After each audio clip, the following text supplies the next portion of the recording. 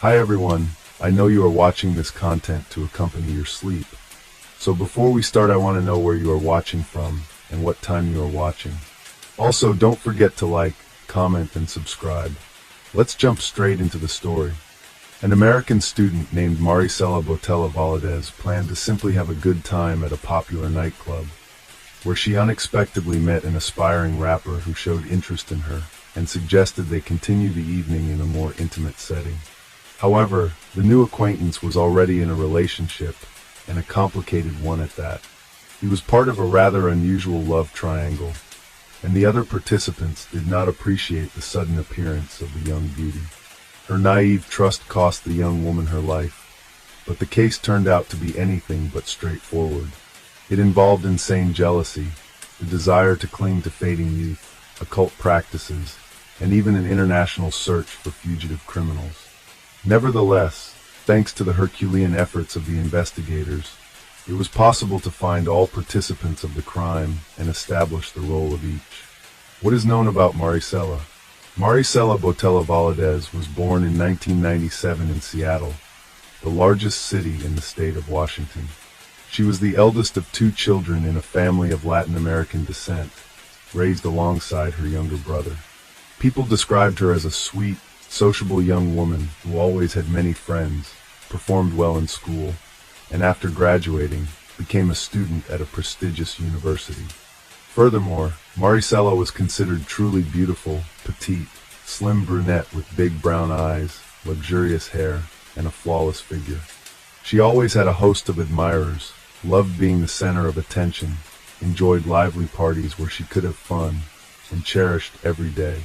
On Saturday, October 3rd, 2020, the student flew to Dallas to meet up with old friends. However, by Monday morning, she planned to return. Her brother was supposed to meet her at the airport on October 5th, after which they would head to the university together, but the plane arrived without her. The search for the missing student, when all the passengers from the flight arriving from Dallas had left the airport, her brother realized that Maricela was not among them.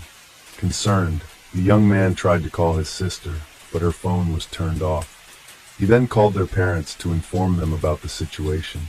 Since Maricela was a serious and responsible young woman, it was out of character for her to disappear without warning and not show up for university classes. The family started calling her friends in Dallas, trying to find out where she might have gone and where she was last seen. It turned out that the night before, she had been partying at one of the city's most popular clubs, where she met a black man named Chuck. The pair danced, enjoyed themselves, and had alcoholic drinks, after which they disappeared together. Maricela was not seen again, and her phone went unanswered. The information seriously alarmed and frightened her parents, so they immediately decided to report her disappearance to the police. It turned out that the young woman had indeed bought tickets for a flight to Seattle, but for some reason she had not boarded the plane. No one had seen her since that night, and no one knew where she might be. It was necessary to find out who Maricela's new acquaintance was, where they had gone, and whether she had gone with him willingly. Examining footage from external surveillance cameras located around the club, law enforcement officers saw the missing student leaving with a young man whose face could not be clearly seen on the video. According to the footage, she appeared to be walking with him voluntarily. The pair got into a black Audi car and drove off in an unknown direction. The mysterious new friend. Since the disappearance of 23-year-old Botella Valadez, several days had passed, and she had still not contacted anyone, nor had she logged into her social media accounts, and there were no transactions on her bank cards. The police needed to identify the stranger she had left with as soon as possible to understand where to look for them. One of her missing friends mentioned that her companion was possibly named Chuck, but that information was insufficient. Soon, thanks to the street camera footage, it was possible to determine the direction the car had traveled. Additionally, it turned out that the pair had stopped at a supermarket, where they also appeared on camera footage. Both looked happy, smiling, and showing affection for each other. The young woman picked out several drinks and candies, and the young man paid for everything at the checkout using a card in the of Charles Beltran. Thus, it became clear who Maricela had left with. Beltran was a 31-year-old musician, and even considered a rising local rap star. However, the man had a criminal past, having been incarcerated twice for robbery and armed assault. He had served less than 3 years, and was released on parole. Recently, the young man's career was on the rise, and he was even preparing to release his own music album. It was soon discovered where Charles lived, and by checking the cell phone carrier's data, it was revealed that the missing student's phone had been active at that fatal night's location. However, the house was owned by a woman named Lisa Dyke, and the musician was just renting a room from her. A very strange house. When police accompanied by an FBI agent assigned to investigate the girl's disappearance visited the address, the house was empty. They were only able to contact Lisa Dyke by phone as she claimed to be out of state on business. She confirmed that Charles Beltran had been renting a room in her home, but claimed that he moved out a couple of weeks ago, and she had no knowledge of his whereabouts since. Since law enforcement was unable to locate or contact the sole suspect, they obtained a warrant to search the house where he had lived. What awaited them inside was a collection of unexpected and frightening discoveries. The house was in chaos, with disorder and unsanitary conditions prevalent. It seemed as if the occupants had left in a hurry, taking only the most necessary items and leaving everything else scattered around. The kitchen sink was piled high with dirty dishes, moldy food remnants sat on the table, and trash littered the corners.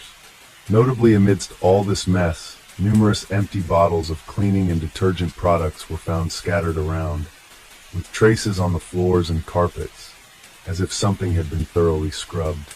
In one of the upstairs rooms, a peculiar and even sinister black statue of death, draped in a black cloak and holding a scythe, stood. It could have been mistaken for a quirky piece of decor, but it was set up as a sort of altar with wax candles, dried flowers, and 2 metal bowls. It resembled the Mexican religious cult of Santa Muerte, translated as Holy Death, where a female deity representing death is worshipped. The house and the atmosphere within seemed more than just strange. It felt as if something terrible had happened here, and afterward, the occupants hurriedly cleaned up, packed the essentials, and simply fled. To ascertain this, a more thorough examination was conducted using special tools to detect traces of blood. This revealed numerous white bloodstains on the floor in one of the bedrooms, in the bathroom, and in the hallway. It was later discovered that the bedroom, where the carpet was practically soaked in blood, belonged to Charles, and it appeared that a violent crime had taken place there. But who was the victim?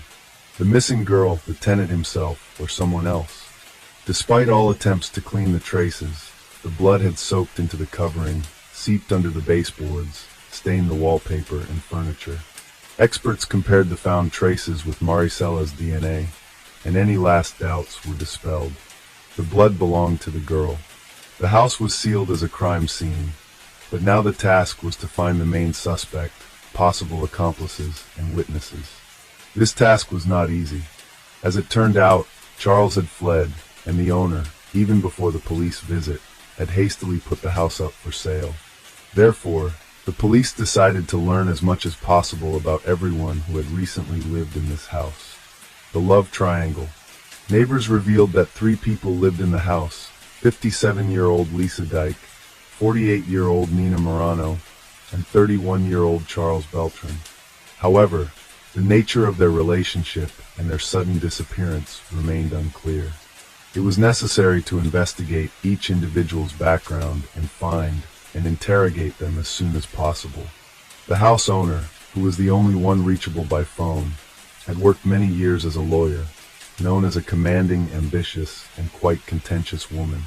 She had been married 3 times, and after becoming a widow several years ago, received a substantial inheritance.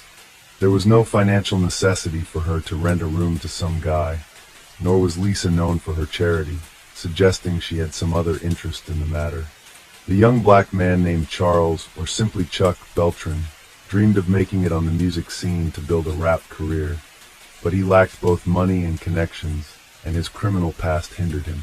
However, about a year ago, he met Dyke, who moved him into her house, helped set up a small recording studio there, and even sponsored the filming of several music videos for the aspiring rapper.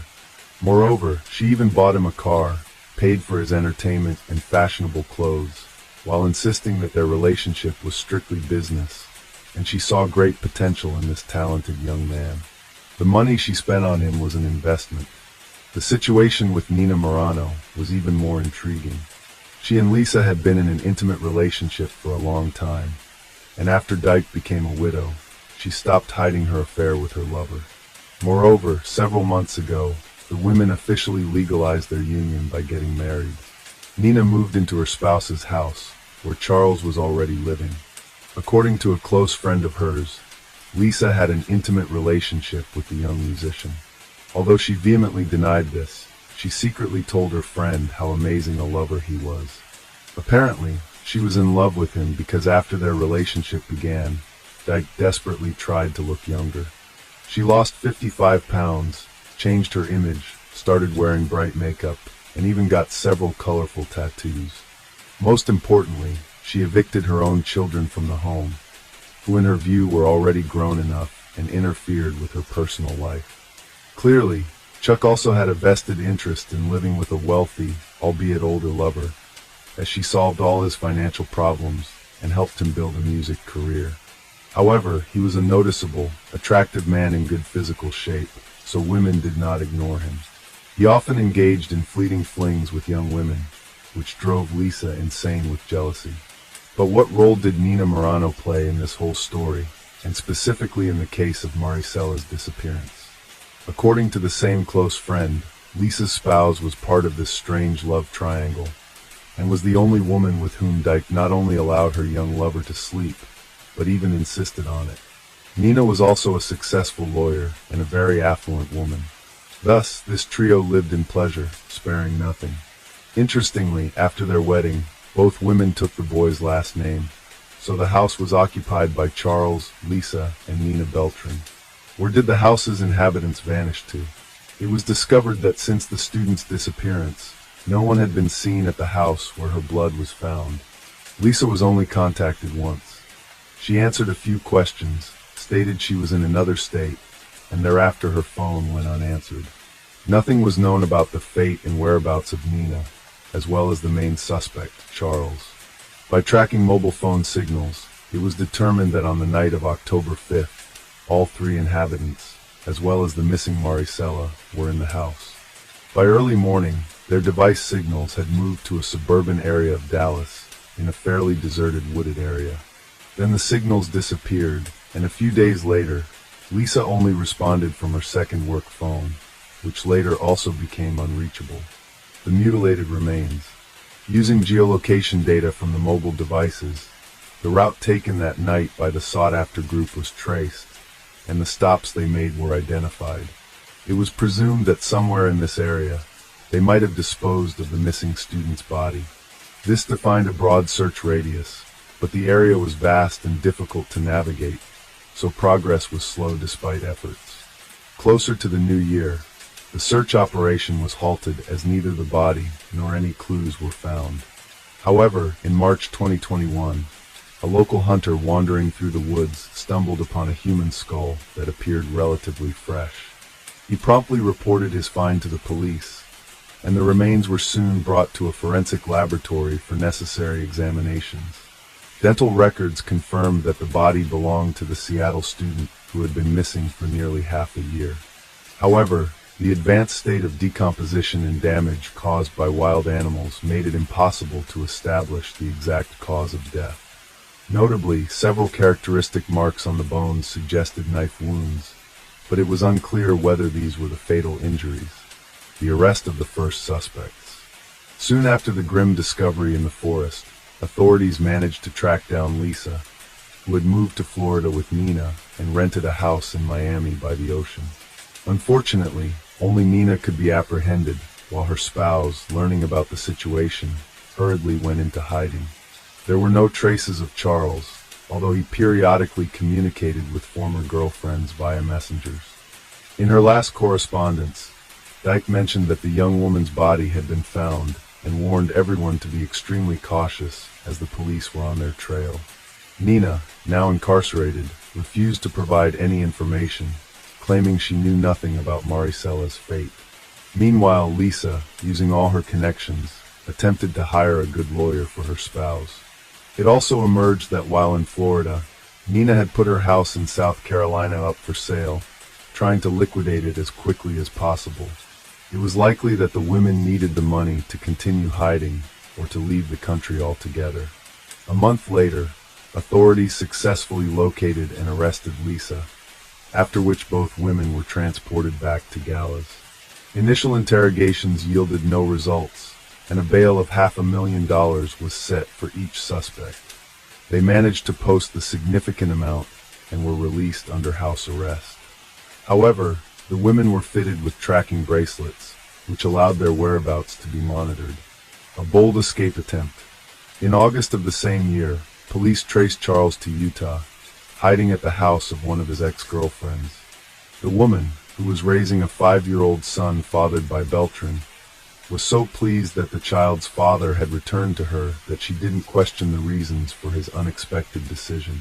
The arrested man initially refused to testify or cooperate with the police. He still hoped that his wealthy lover, using her money and connections, would hire a good lawyer for him and help him avoid prison. But soon the situation drastically changed. On Christmas Eve of December 2021, the tracking bracelets worn by Lisa and Nina, who had been released on bail, suddenly went offline. Due to holiday chaos and high activity, it took until the next day to send a squad to their location, but by then the suspects were nowhere to be found. It soon turned out that they had been meticulously planning their escape for months, and by the time the police went after them, they had already illegally crossed the border into Mexico. From there, they flew to South Korea, and their trail was lost in Cambodia. The FBI was once again involved in an investigation, working with the Cambodian police and immigration services to track down the fugitive suspects. The women came under law enforcement's radar after withdrawing a large sum of money from an ATM. They tried to pay in cash everywhere to avoid revealing their whereabouts. ATM cameras helped identify the fugitives, and another camera on a neighboring building captured the license plate number of the car they arrived in. This information led to the who took the police to the house rented by the extravagant foreigners. The women were rearrested and extradited to the U.S. in February 2022, where justice was to be served. This time, bail was denied, and they were sent directly to jail. Charles's candid confessions. By then, Chuck had fully realized that his lover was not going to save him from prison, and was only concerned about herself, leading him to express a desire to cooperate with the investigation and start providing information. His account of the events of that dreadful night horrified many. Beltran confessed that he had been in an intimate relationship with the homeowner, Lisa, and her spouse, Nina. According to him, he engaged in these relationships for money and the opportunity to advance his music career. He harbored no warm feelings towards these women, and often indulged in affairs with young and attractive women, which he never hid. While Nina was indifferent to his actions, Lisa sometimes became wildly jealous. On the fateful night of October 5th, 2020, Chuck met a young student named Maricela at a nightclub. The beautiful, slender girl immediately caught his attention, and it seemed he caught hers as well. After spending several hours drinking cocktails and dancing, he invited her over, and she agreed. When they arrived at his place late at night, Nina and Lisa were already asleep, so Charles easily took the girl to his room. There, the couple engaged in intimate activities and later fell asleep. According to the suspect, in the middle of the night, Lisa entered his room, and seeing the young beauty asleep next to him, flew into a jealous rage. She went to the kitchen to grab a large knife, then returned and leaped onto Maricela, repeatedly striking her. Charles claimed he was awakened by the noise and was disoriented at first, still somewhat intoxicated. When he finally turned on the light, he was confronted with a horrific scene. Maricela's body had slid to the floor next to the bed, where she had bled out. At that moment, Nina entered the room. They just stood there for a few minutes, and nobody attempted to help the victim. When Chuck regained his composure, he realized that the crime might be pinned on him since he had a criminal record, and his influential lovers could escape punishment. That's why, he said, he agreed to help dispose of the body and cover up the crime. Charles stayed with friends for several days, and when he returned to collect his belongings, he noticed that the bloodstains on the floor and carpet had nearly disappeared. Lisa told him that she and Nina had taken care of everything and destroyed the evidence of the crime. Nevertheless, all three decided it was best to leave town for a while and watch from afar what would happen next. Lisa Dyke Beltran's version. Lisa's lawyer insisted that his client had no motive to attack the girl and take her life. She claimed that her relationship with Chuck was strictly business, and she viewed his promising music career as a good investment. Who he slept with or flirted with never concerned her. As a key argument, the defender pointed out that Dyke had recently entered into marriage and was happy with Moran. However, no one could explain why, after their wedding, the women suddenly decided to take the surname of the young lodger, who, according to them, meant nothing to them. At the trial, Lisa claimed that Charles was hot-tempered and very cruel, and when drunk, he became a beast whom she feared. According to her, that night he brought a new girl from the club, but after they became intimate, an argument erupted and Chuck, in a fit of rage, grabbed a knife. She and Nina ran to the noise and tried to separate the couple, but it was too late. Marcella was dead. They helped dispose of the body and clean up the scene under the threat of becoming his next victims. Witness testimonies. Lisa's friend, who testified in court, claimed that Lisa was literally obsessed with Chuck and had repeatedly confessed to her an uncontrollable desire to eliminate any girl who got close to her young lover. Clearly, she was unable to manage her emotions that night. Additionally, the witness mentioned the odd statue of Santa Muerte at her friend's house. She recalled being surprised by the improvised altar during a visit, but the homeowner jokingly claimed she was into black magic and knew how to cast a spell to ensure a man could only have eyes for her. However, it seems the ritual failed, and the woman resorted to using a knife. Another witness, a real estate agent approached by the women shortly after the incident, testified that they were eager to sell several properties they owned as quickly as possible. They also wanted to put their Dallas home on the market, but since it was the site of the alleged crime, they couldn't while the investigation was ongoing. The situation escalated when the remains of the missing girl were discovered, after which Lisa and Nina were ready to sell the property at half price just to get the money quickly. Trial and sentences. The court took into account Charles's full confession and his cooperation with the investigation. However, the situation for the fugitives worsened after their attempt to flee to another continent. In March 2023, Lisa Dyke Beltran was found guilty of the brutal crime against 23-year-old Maricela, concealing evidence and attempting to flee. She was sentenced to life imprisonment without the possibility of parole. As for Charles Beltran and Nina Moran, they fully admitted their guilt and agreed to cooperate with the investigation. They were only found guilty of concealing evidence.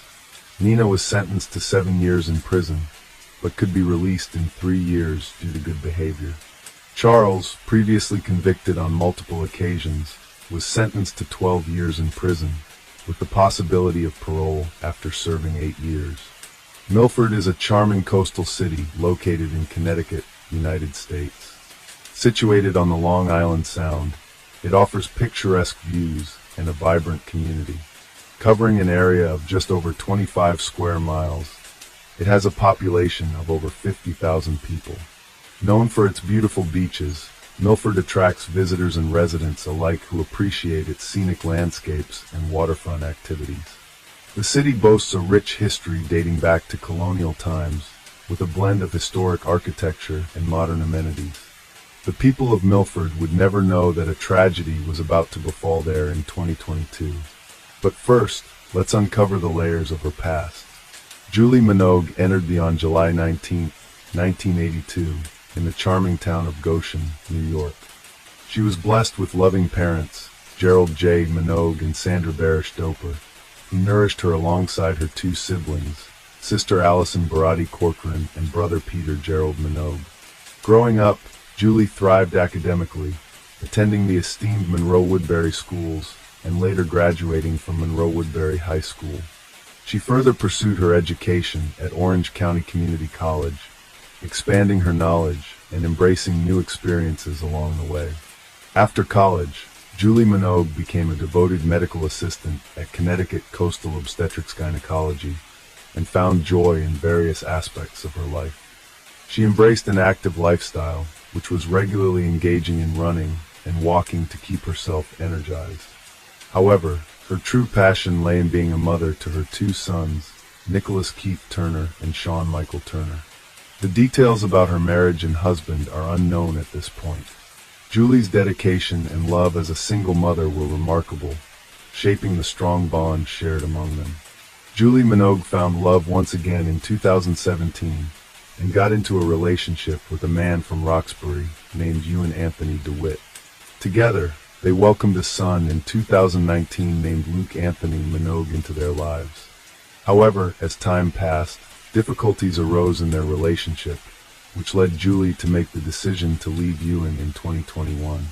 She moved with her sons to a condo on Salem Walk in Milford, and their well-being remained her top priority. In 2022, Nicholas, the eldest son, was 21 years old and had bravely served his country in the Coast Guard, while Sean, at 17 years old, was a vibrant young man and was thriving as a high school senior. Her son with Ewan, Luke, was 3 and a bright light in their household. Julie herself was 40, and all seemed well for her and her 3 boys.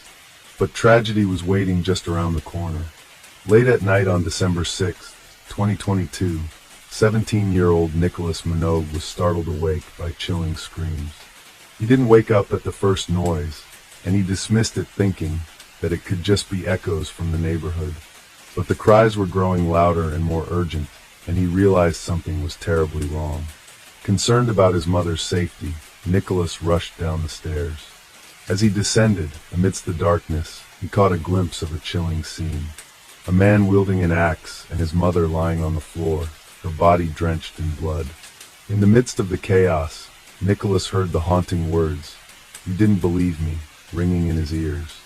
In a panic, the teenager raced upstairs and swiftly locked the door, determined to keep himself safe. He dialed 911 and urgently reported the horrifying scene which had unfolded before him. Determined to provide an extra layer of protection, he quickly placed a sturdy chair behind the locked door. With his heart pounding, he opened his window, desperately reaching out for help. Within minutes, police officers arrived and entered the house, but the teenager, gripped by fear, leapt out of the window. That's when he heard Milford PD shouts and realized it was not the intruder. Eventually, the authorities found the courageous teen and ensured his safety. In a devastating discovery, the police entered the kitchen to find Julie Minogue lying in a pool of blood on the floor. Her face and skull had been injured by multiple deep cuts. A chilling sight awaited them as they spotted a large axe resting on the stove nearby, carrying evidence of horrific crime. Meanwhile, in the living room, Julie's young son Luke, who was 3 years old, sat on the couch, completely stunned and unresponsive. Not a tear nor a word escaped him, as if he was frozen in shock. The officers stayed by his side and offered him comfort and support until additional officers arrived at the scene. Following her tragic demise, Julie's body was carefully transported to the Connecticut office of the Chief Medical Examiner for a thorough examination. After conducting a meticulous autopsy, the medical examiner determined the cause of her death to be the chopped wounds and blood impact injuries on the head, torso, and extremities. The detailed findings provided crucial evidence regarding the nature of the attack, shedding light on the tragic circumstances surrounding her untimely demise. As the police took custody of the axe found on the gas stove, they meticulously combed through every inch of the area as they were determined to uncover any potential evidence that could lead them closer to the perpetrator. Inside the house, they embarked on an extensive search, carefully examining each room for any clues that could shed light on the heinous crime. The commotion attracted the attention of concerned neighbors who gathered nearby. The atmosphere was tense as the community was eager to support the investigation in any way they could. Amidst the growing crowd, a helpful neighbor came forward with an unexpected piece of evidence: Ring camera footage from outside his house at Long Meadow Complex. The police eagerly seized the opportunity, hoping that the footage might hold a crucial clue. As they watched the footage, they witnessed an unsettling sight, an individual walking with an axe in hand closely resembling the description provided by Nicholas. The discovery sent a wave of anticipation through the investigators as they realized they might have found a significant lead. The police began to look into who this man with the axe could be. That very day on December 6, 2022, a crucial breakthrough took place when a concerned woman called the police, recounting a chilling phone call from her son. In her trembling voice, she shared the shocking revelation that her son just called her and said that he killed his girlfriend. The urgency in her words spoke an immediate response from law enforcement. Determined to unravel the truth, they swiftly tracked down the woman and engaged her in conversation. It was then revealed that the man responsible for this ominous confession was none other than Ewan DeWitt, the 42-year-old man who was once in a relationship with Julie. With this vital information in hand, the police dialed Ewan's number, hoping to engage him in a crucial conversation. However, their efforts were met with resistance as Ewan abruptly hung up the call. So, it was important for the police to look into Ewan's history, which they believed could provide them vital information needed to proceed further. Born in the town of Roxbury in 1979, Ewan Anthony DeWitt possessed a diverse range of interests and pursuits. As a talented athlete, he pursued his passion for ice hockey and even reached the level of playing semi-professionally. Ewan's thirst for knowledge led him to obtain a bachelor's degree in history from Siena College, showcasing his intellectual curiosity. He was not a person who'd be satisfied from a single vocation, so he also embarked on the journey to become a firefighter. Additionally, Ewan also shared his expertise as a personal trainer. In 2006, Ewan was arrested in Connecticut for driving under the influence and traffic offenses. He pleaded guilty, resulting in a suspended prison sentence and probation. After this, Ewan DeWitt's journey took an inspiring turn when he joined the prestigious ranks of the U.S. Marine Corps in 2009, where he embarked on a path as a skilled weapons specialist and non-commissioned officer. He served his country for 5 years and attained the rank of Lance Corporal in 2011. In a remarkable photo from his time in the Marines, Lance Corporal Ewan DeWitt is seen in action as a machine gunner. The picture shows him courageously operating a powerful M250 caliber machine gun on a vehicle during an important defense of the amphibious task and force naval exercise. The event took place on December 3, 2011 aboard the USS Chima. With his leadership qualities and expertise, he assumed the role of a machine gun section leader in the esteemed 1st Reconnaissance Battalion. Ewan dedicated himself to his duties, serving multiple tours in Afghanistan, the Middle East, and other classified locations with his dedicated brothers. Ewan and his brothers' inspiring story was captured in a 2015 article in the Register Citizen, highlighting their collective efforts to restore a piece of history. Ewan's life took a darker turn when he faced legal trouble. In November 2019, the Milford police arrested him for assaulting a victim, which resulted in a protective order being issued by the court. The case remains unresolved, as court records revealed that it was still pending. With his next court date scheduled for April 14, 2023, Ewan maintained his innocence by pleading not guilty. He was released on a $20,000 bond, awaiting the judicial process to unfold. Ewan's troubled past included a disturbing incident in which he was arrested for his actions towards Julie shortly after the birth of her son. Reports stated that he'd thrown a large object at Julie Minogue and had also destroyed her phone to prevent her from calling for help. Fearing for her safety, Julie sought refuge at a neighbor's house in contact of the authorities. The incident highlighted the alarming nature of Ewan's behavior and its impact on those around him, adding another layer of intensity to the unfolding events. In 2021, he faced charges of assaulting emergency personnel and a female in Wake County, North Carolina. Court records indicated that he pled guilty and received a combined jail sentence of 95 days, although the exact duration of his incarceration remained unknown. These encounters with the law showcased a pattern of concerning behavior, raising further questions about Ewan's character and past actions. Behind Ewan DeWitt's troubled history, a darker pattern of violence emerged, specifically targeting Julie Minogue. Several protective orders were filed against Ewan due to previous instances of domestic violence. These orders were issued in November 2019 and January 2021, and were put in place to safeguard not only Julie, but also the children who were present during those incidents.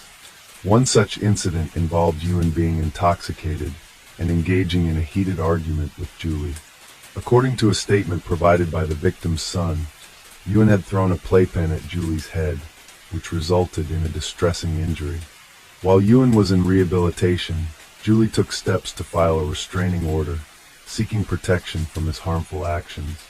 Despite this, Ewan was granted visitation rights, which left a lingering sense of unease and concern about the safety of those involved.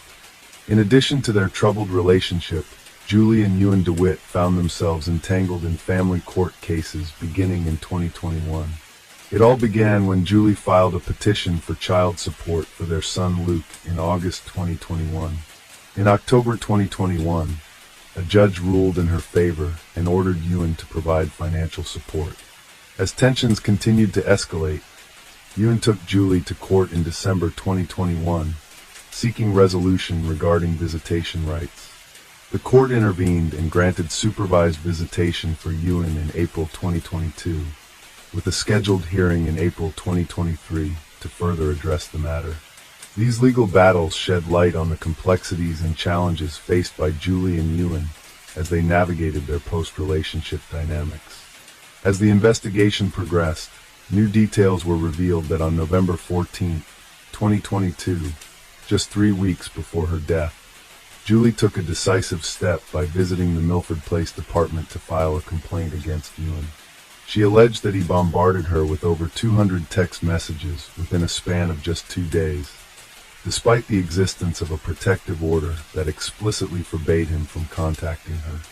Officer Scott Nablin listened to Julie's concerns and diligently collected evidence of the text messages from her phone, further solidifying the case against Ewan. In a heartfelt plea for protection, Julie Minogue expressed her deep concern for her safety and the well-being of her children in a sworn affidavit submitted on November 17, 2022. Determined to put an end to the ongoing abuse, she stated, "I don't believe I should endure this mistreatment any longer." Fearful of the consequences, she detailed the relentless harassment she faced. Julie Minogue also wrote in the document that Ewan has got himself into a lot of trouble with drugs and alcohol, and I'm scared he's going to kill me. Officer Nablin, resolute in his pursuit of justice, meticulously crafted an arrest warrant alleging Ewan's violation of the protective order. The document, filled with crucial details, was reviewed by supervisor, ensuring its accuracy and validity. They made sure that the arrest warrant application contained the requisite probable cause to support the charge that the text messages sent by Ewan DeWitt violated the modified protective order that was issued on January 15, 2021. On November 21, 2022, the court reopened the warrant application and made its way to the Milford State's Attorney's Office. However, the story took an unexpected turn as the Assistant State's Attorney, committed to thoroughness, sent the warrant application back to Officer Nablin and requested further information before proceeding. In this delicate dance between law and justice, every step forward demanded meticulous attention to detail. However, on December 1, 2022, Julie Minogue successfully obtained a civil restraining order from a judge. In the hearing, which lasted about an hour, Julie presented evidence of the text messages Ewan struggles with substance abuse, mental health issues, and a history of violence. She expressed concern for Ewan's well-being, describing his bipolar rage and erratic behavior, and emphasized the importance of him receiving proper treatment and therapy. Julie firmly believed that Ewan should not be allowed around anyone until he'd received the necessary help and support. Recognizing the imminent danger she faced, a no-contact restraining order was swiftly issued on December 1, 2022, providing a legal shield against any further interaction with Ewan. But this order took a darker turn when, 5 days later, Ewan killed Julie with an axe in her condo. Now, all the evidence indicated that Ewan was the main focus of the investigation, and the search for him intensified as the police tirelessly canvassed the area around the Salem Walk condominium, leaving no stone unturned.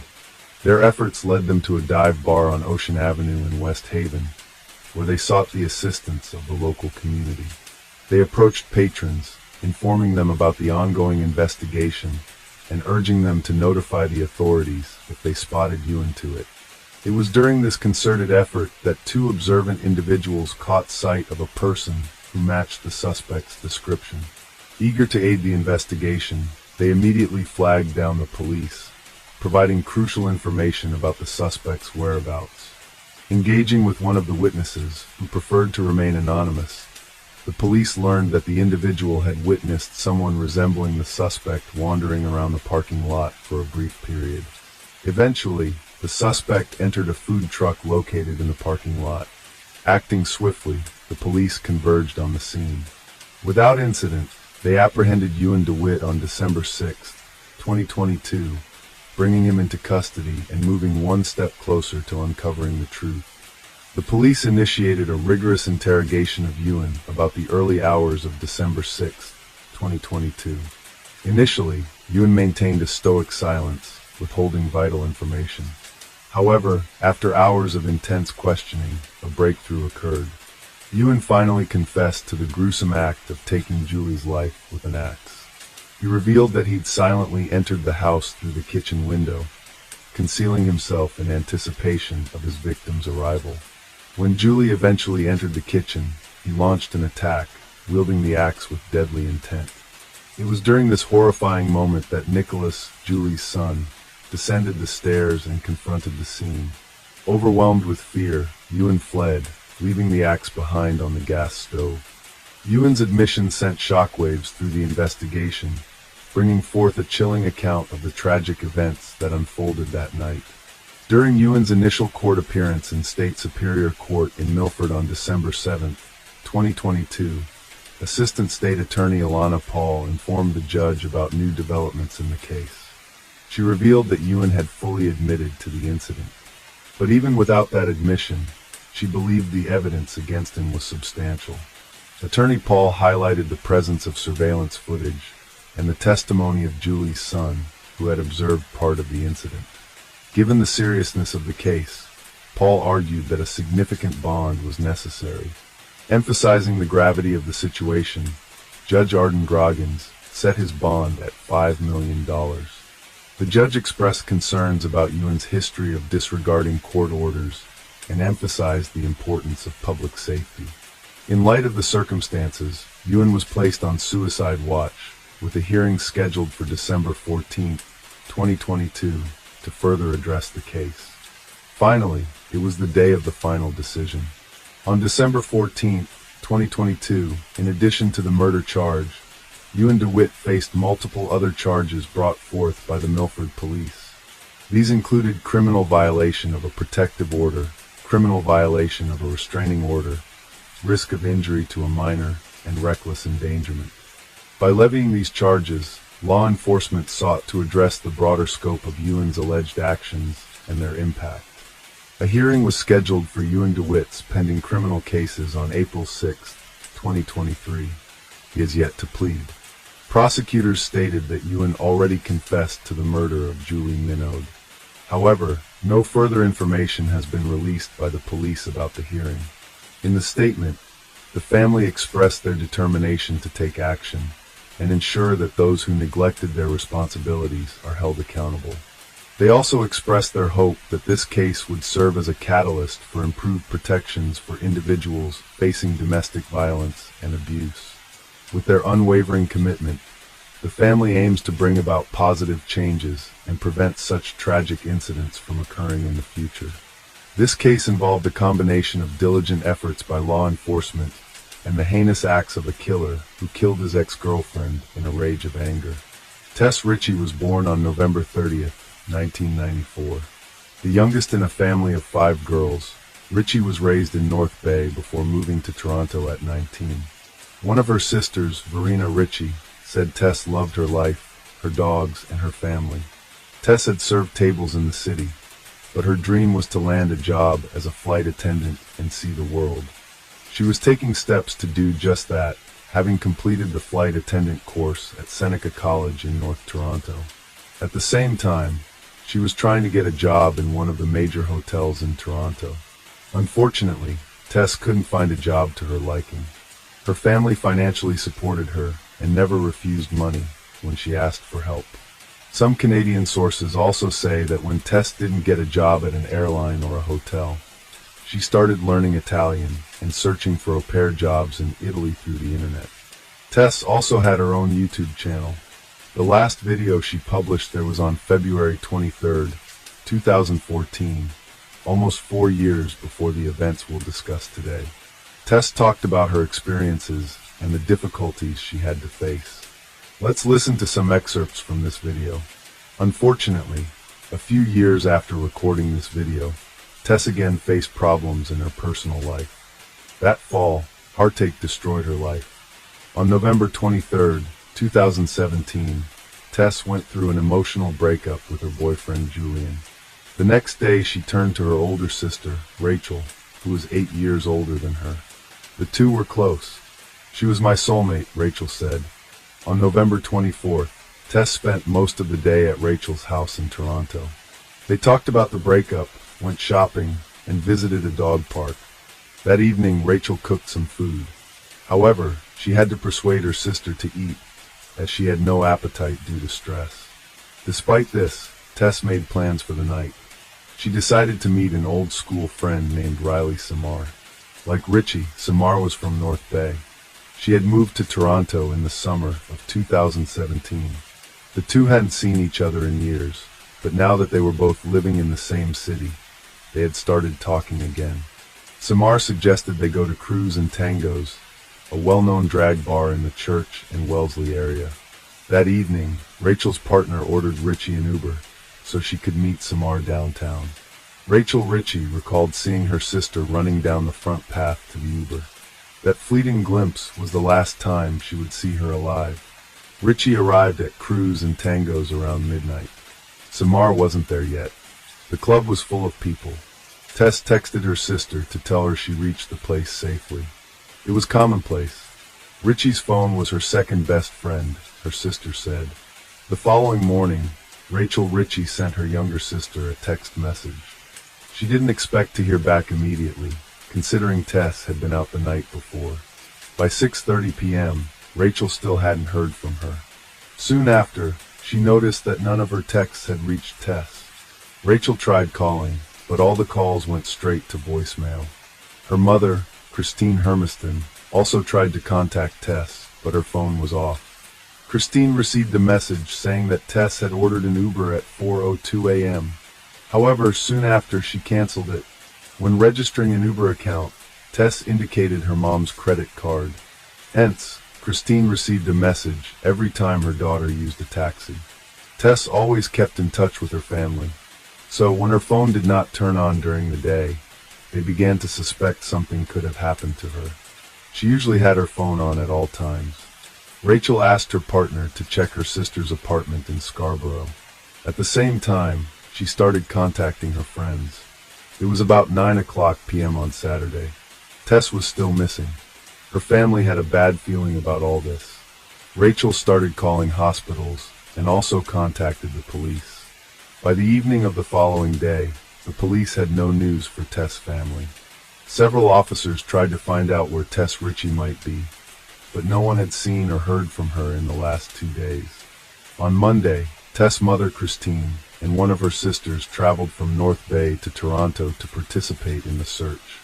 They were putting up and handing out flyers with Tess' picture, hoping someone might have seen her. The family did everything in their power. As for the police, they unfortunately did not show their best side when investigating the disappearance of Tess, but we'll talk about this a little later. At the same time, it turned out that Tess' friend Riley, with whom they visited the bar together, returned home safely after that night.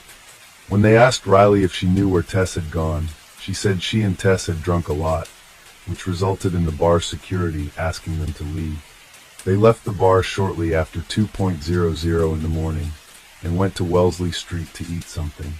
On the way there, they met a guy who eventually went with them. Riley couldn't remember his name. On Wellesley Street, they ordered hot dogs. Tess wanted a vegetarian hot dog, which ended in a conflict with the seller. Tess believed they gave her a hot dog with meat. Riley admitted that her friend took mustard and sprayed the vendor cart with it, after which she, Tess, and the guy with them had to run to Dundonald Street. While there, they saw a woman on the house porch and started talking with her. Her name was Michelle Teep. Their conversation lasted about 20 minutes. Tess told Michelle that she had recently broken up with her boyfriend and shared how hard it was for her. Michelle tried to support Tess. Moreover, they even exchanged phone numbers. Teep said Richie seemed like someone trying to have a good time, but when she looked into her eyes, she saw sadness. The breakup with Julian appeared to be weighing her down. I told her everything does get better, and just to hang in there, Teep said. At 4 a.m., Riley received a text from her boyfriend asking her to come home. She said goodbye to Tess and walked towards Yonge Street and then home. Tess was disappointed that Riley had left her. At 4:02 a.m., she ordered an Uber. Thus, one can assume that after a friend left her, Tess decided to go home too. The driver arrived at 4:14 a.m., but Tess wasn't there. On Wednesday, November 29th, just one day before Tess's 23rd birthday, Christine again distributed flyers with her daughter's picture in the area where people last saw her. Knowing that Riley had parted with Tess on Dundonald Street, Christine decided to explore this area. She turned to Embrazo, a nurse who worked at St. Michael's Hospital, as their daughters had been friends since elementary school in North Bay. Together, they set out to find Richie amid a growing search effort and social media push to locate her. That's when Brazo made a haunting discovery. Peering into the bottom of an outdoor stairwell in a construction site at 582 Church Street, Brazo immediately recognized Richie's body lying on the concrete. In 2017, this building was under reconstruction and partially fenced. It looked like this. I went into complete shock, horror, disbelief. I couldn't process or make sense of what I was seeing, Brazo said through tears. I was terrified. Dust from a nearby gravel pile lay like soot on her body. Brazo let go of the staircase railing and walked backward down the gravel driveway toward Church Street. Hermiston was farther up the sidewalk by that point, unaware that her daughter's body was so close by. Brazo began to call out to her. "Christine, come back here," she said. "There's a girl in the stairwell. You've got to come back." Hermiston turned, raced down the driveway, and stopped dead at the stairwell. After a few moments, she started screaming and asking God for help. Tessa's death became a heartbreaking challenge for her whole family. They found her body just 300 yards from the bar where she spent time before she disappeared, and just 20 yards from where her friend Riley last saw her. It raised a lot of questions about the work of the police. After all, her body was a couple of blocks from the bar all this time. However, after Anne and Christine found Tessa's body, an anonymous police source provided the press with new information. Allegedly, Tess advertised her intimate services via the internet and worked in a strip club. The grieving mother said Toronto police didn't do enough to search for Richie because they assumed she was an escort. It was horrifying to read that. Hermiston replied angrily at what police sources told the media after her body's discovery. She was not making a living in the sex trade industry.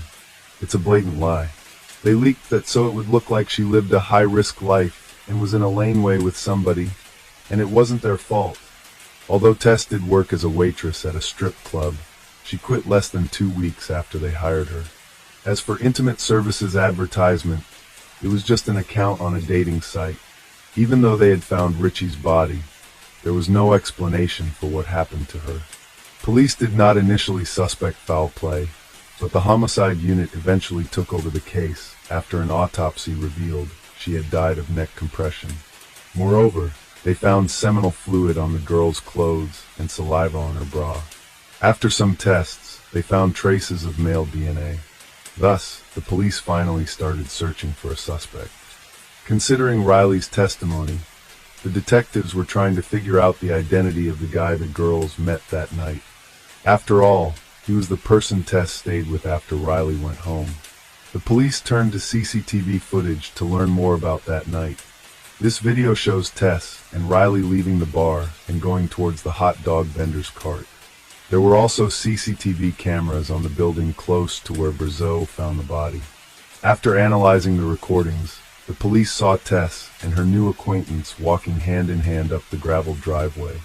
According to the information voiced by the police, the camera captured Tess and this unknown man at 4:14 a.m. The following recording, taken 46 minutes later, shows the guy leaving the place alone. Tess never appeared in the footage again. Therefore, the police believe this man was the main suspect in the Tess Ritchie case. On December 10th, during a press conference, the Toronto police published pictures of this man taken with the help of a video surveillance system. They hoped someone would recognize him. The pictures, taken by an ATM camera, were of poor quality. An ATM was next to the place where Ritchie bought hot dogs. In the evening of the same day, the police discovered the identity of this man. Oddly enough, after seeing the published images, the man called the police station himself. "I'm the guy in the photo," he said. The person who was with Tess that night was 21-year-old Kaylin Schlatter. In the fall of 2017, Schlatter was 21 and living with his parents and younger brother at their North Toronto home. He had completed a year of postgraduate study as a car mechanic and worked with his dad in construction. Schlatter, his parents, and one of his lawyers went to the police station, where he briefly spoke with detectives but refused to testify. His parents brought some food and a bottle of water for their son. In the end, they provided police with some crucial evidence. While still at the police station, Schlatter threw an empty water bottle into a trash can. The police promptly seized it and sent it for forensic medical examination. It took some time, but eventually, they determined that the DNA sample on the bottle and DNA samples extracted from seminal fluid and saliva found on Tess Ritchie's body belonged to the same person. Police planned an undercover operation to monitor Schlatter for several weeks, but the DNA results accelerated the process.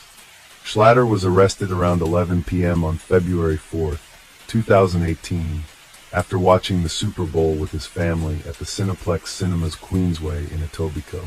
They took him to 13 Division and placed him in a holding cell at 3:19 a.m. on February 5th.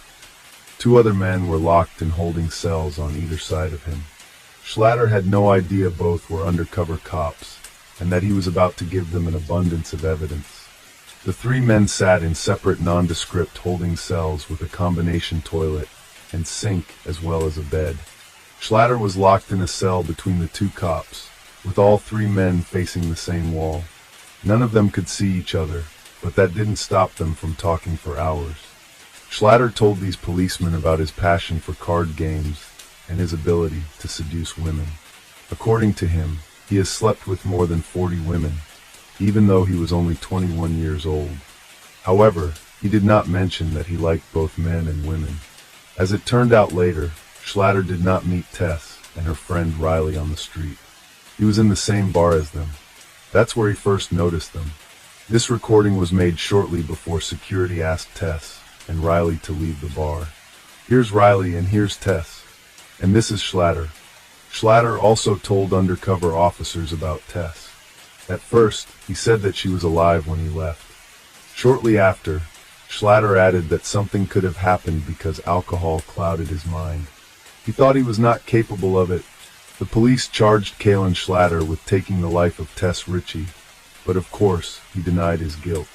In June 2018, two police officers, Alan McCullough and Michael Jones, were charged with 2 counts of misconduct for neglect of duty under Ontario's Police Services Act. According to the notice of hearing, they allegedly failed to thoroughly search the adjoining property or immediate area, interview neighbors, and notify a supervisor.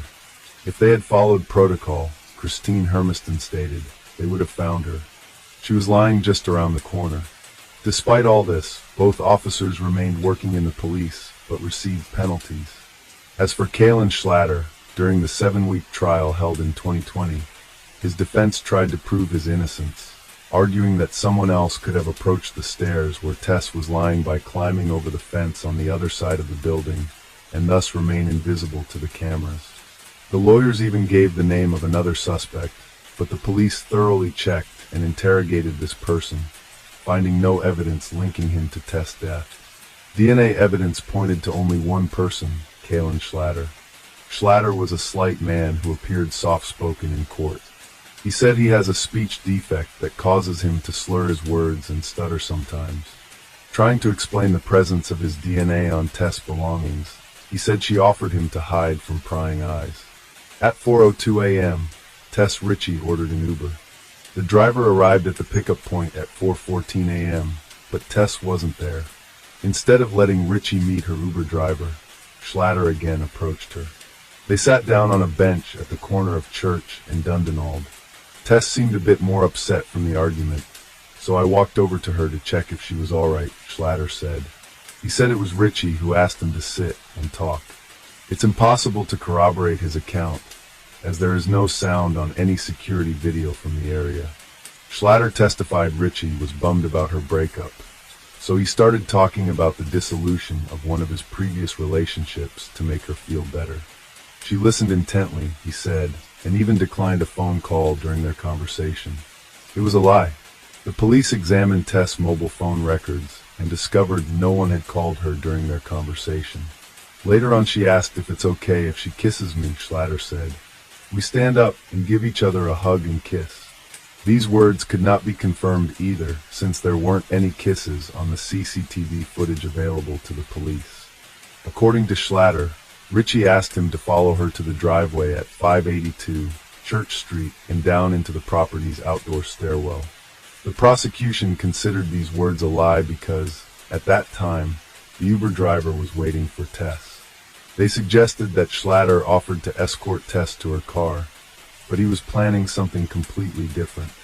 We will never know what Kalen Schlatter told Tess Ritchie as they walked up Church Street to convince her to walk into the dark at 4 a.m. with a man she just met. Schlatter claimed that he and Tess went down the stairs and started kissing. He wanted more, but Tess said they couldn't go any further. According to Schlatter, they kissed for a long time, which resulted in him ejaculating into his pants. After that, he invited Tess to his house, but she refused and said he could leave, which he did. Schlatter continued insisting Tess was alive when he left. It is important to note that all of the above was Schlatter's story, which the police could not verify. Only 2 people knew the truth about what happened that night. One of them was already dead. The prosecution's witnesses at the trial were Riley, a friend of Tess, and Michelle Teep, a woman with whom they talked that night. They both identified Schlatter.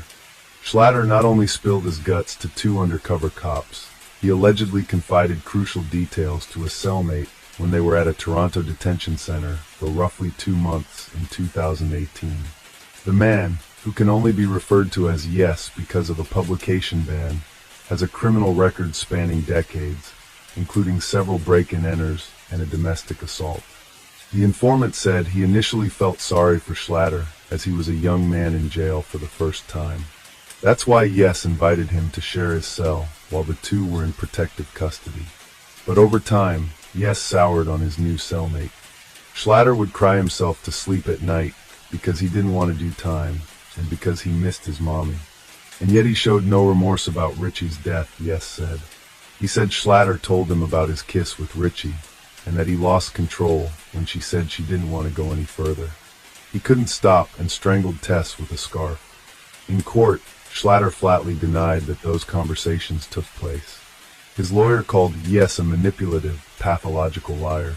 Putting aside all the testimony and relying only on physical evidence, one can conclude that someone strangled Tess Ritchie, and only one person's DNA was on her clothes, Kalen Schlatter. In her closing address to the jury, defense lawyer Lydia Riva portrayed Schlatter as a harmless kid and an innocent young man. As hard as it might be to accept, and as uncomfortable as it might make us feel, the criminal justice system can get it wrong, Riva said. Mr. Schlatter was an easy target. He is easy to blame. On March 23, 2020, the jury found Schlatter guilty. The judge sentenced him to life imprisonment with the right to request parole after 25 years. The trial was heartbreaking for Richie's mother, sisters, and other supporters who were at times reeling and crying in the courtroom. While they now have some of the answers they craved for so long, their lives are forever changed. Evil not only took Tess that night, it sentenced her surviving family to a cruel and painful future while robbing the world of so much love and potential, said Richie's sister Verena. Tess was the heart of my family, and we will forever be incomplete. In June 2020, Tess Richie's family sued Schlatter, the police, and others because of the psychological devastation they experienced after Tess's death. Do I want to just go in the house and hide and let it go? Absolutely. But can I? Absolutely not. I can't because I can't get it out of my head that they let her lay there for 4 days, said Christine Hermiston. That image is seared in her mind forever, Hermiston said, adding that she should not have needed to travel from her home in North Bay, Ontario to Toronto to do the job of the police. Tess was the glue of the family, and her death has torn everyone apart, her mother said. We have trouble looking at each other. We feel like we all let Tess down. We feel a lot of guilt, and that's why we're continuing to fight on behalf of Tess, because we're not going to let her down again. They are seeking a total of $20 million in damages, including punitive damages. Sometimes, facing a harsh truth is better than the torment of not knowing. That's exactly what Maria Leone believed when her 16-year-old daughter vanished without a trace. Initially, everyone clung to the hope that the girl would be found alive. But time went on. Those hopes began to fade. Maria started praying that her daughter would be found, even if she wasn't alive, so she could lay her child to rest properly. Yet, no one anticipated how dreadful the resolution would turn out. The case involving the murder of young schoolgirl Melanie Stacy Amaya shook Colombia with its brutality and shocking outcome. The most horrifying element was that those involved were ordinary teenagers who had recently been romantically linked. Let's delve into this grim story from the beginning to understand how a love-struck boy transformed into a cold-blooded killer who executed his ex-girlfriend. We will also examine any adult oversights and consider whether this tragedy might have been preventable. Who was Melanie Stacy Amaya? Our focus today is on her life and untimely demise. Born on February 21, 2002, in the small town of San Rafael in northern Colombia, she was the eldest daughter in a modest family consisting of Maria Leone and William Amaya. 2 years later, they welcomed another daughter named Natalie. From an early age, both girls were very close-knit, sharing secrets and developing strong bonds with their mother. Melanie showed creative talents early on. She drew beautifully and had an innate passion for cosmetics. She loved painting her dolls' faces along with those of her mother and sister and even friends, declaring she'd become a stylist and makeup artist someday. Academically gifted too, she did well at school where teachers described her as talented and driven, qualities which made her both sociable and friendly. She could light up any room. Naturally charismatic, it wasn't surprising that Melanie had many friends inside and outside school. Her attractive appearance garnered attention, aided by her adept use of cosmetics. But life took a hard turn when Melanie turned 14. Her parents filed for divorce then, but managed to separate amicably while keeping warm relations intact. Father kept close ties with his daughters, offering both financial support and active involvement in their lives. About 6 months later, Maria started dating a man named Ruben Morales, whom she soon married. Following their wedding, the family relocated to Medellin, a major city in Colombia. Here, Ruben had secure employment, and the girls found ample opportunities for education and personal growth. The stepfather developed an excellent relationship with his teenage stepdaughters. He readily invested in their education and hobbies, ensuring the girls enjoyed a more comfortable life. Treating them as his own daughters, he surrounded them with care and attention. During high school, Melanie began exhibiting a challenging, somewhat rebellious nature. She became seriously interested in music and even contemplated leaving school to focus solely on this passion. Dreaming of becoming a DJ, she requested a mixing desk for her birthday. Additionally, she had several large tattoos on her arms, back, chest, and leg, bold and brightly colored. Her parents did not impede her quest for self-expression, but were shocked upon discovering that Melanie experimented with illegal substances. Beneath her unconventional behavior and appearance experiments was an individual who ultimately led to her demise. On her 14th birthday in 2016, Melanie decided to host a party inviting all her friends along with a DJ. Lacking funds for hiring a professional musician, but receiving contact information from acquaintances, Melanie reached out to 16-year-old Miguel Angel Perea, an aspiring yet talented disc jockey. After some deliberation, the birthday girl decided to call him. Miguel proved exceptionally talented and possessed notable charisma. He captivated young Melanie completely. Then, after celebrating her birthday, they continued communicating. Within weeks, teenagers were frequently seen together strolling through parks or around the city streets. Melanie introduced him as her boyfriend. They quickly became inseparable while displaying mutual affection, holding hands tenderly, demonstrating their feelings openly wherever they went.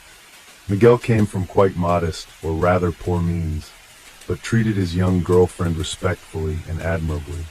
Captivated by both respect, genuinely almost instantly charming when meeting, introducing himself warmly towards parents, earning acceptance, fostering no interference, supporting relation. Over time, he increasingly spent more time at the residence tied to his passport, integrating into the family dynamic. Miguel once confided in the girl's parents about difficulties at home. His mother disapproved of his involvement in music lessons, leading to a conflict that ended with him being physically harmed and subsequently evicted from his home. Maria offered him shelter temporarily until things could stabilize, not realizing the potential implications of introducing a disruptive influence into their family environment. Consequently, Melanie and Miguel began cohabitating. Initially, they experienced a harmonious period lasting 6 months, during which both teenagers appeared elated by their newfound togetherness.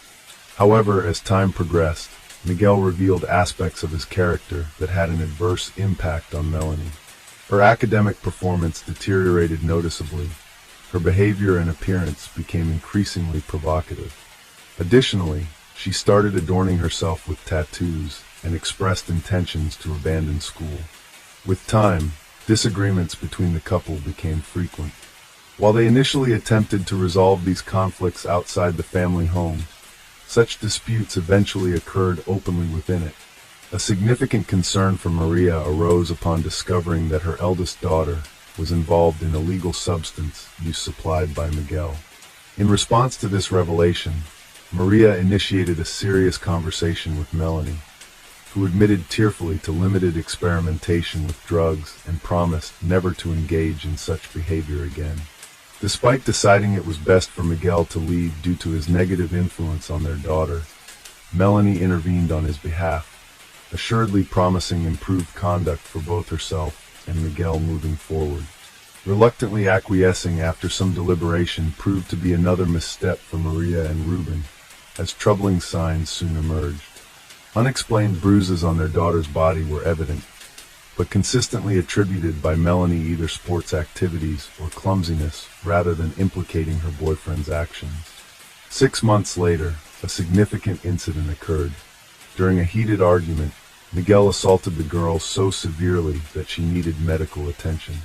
Maria wanted to file a police report for assault and bodily harm, but Melanie discouraged her, stating she would deny everything and refuse to accuse her partner. Melanie's parents tried to separate the couple and forbid them from living together. However, Melanie threatened to run away with him if their relationship was obstructed in any manner. This toxic relationship persisted for over 2 years until Melanie recognized it was detrimental to her well-being.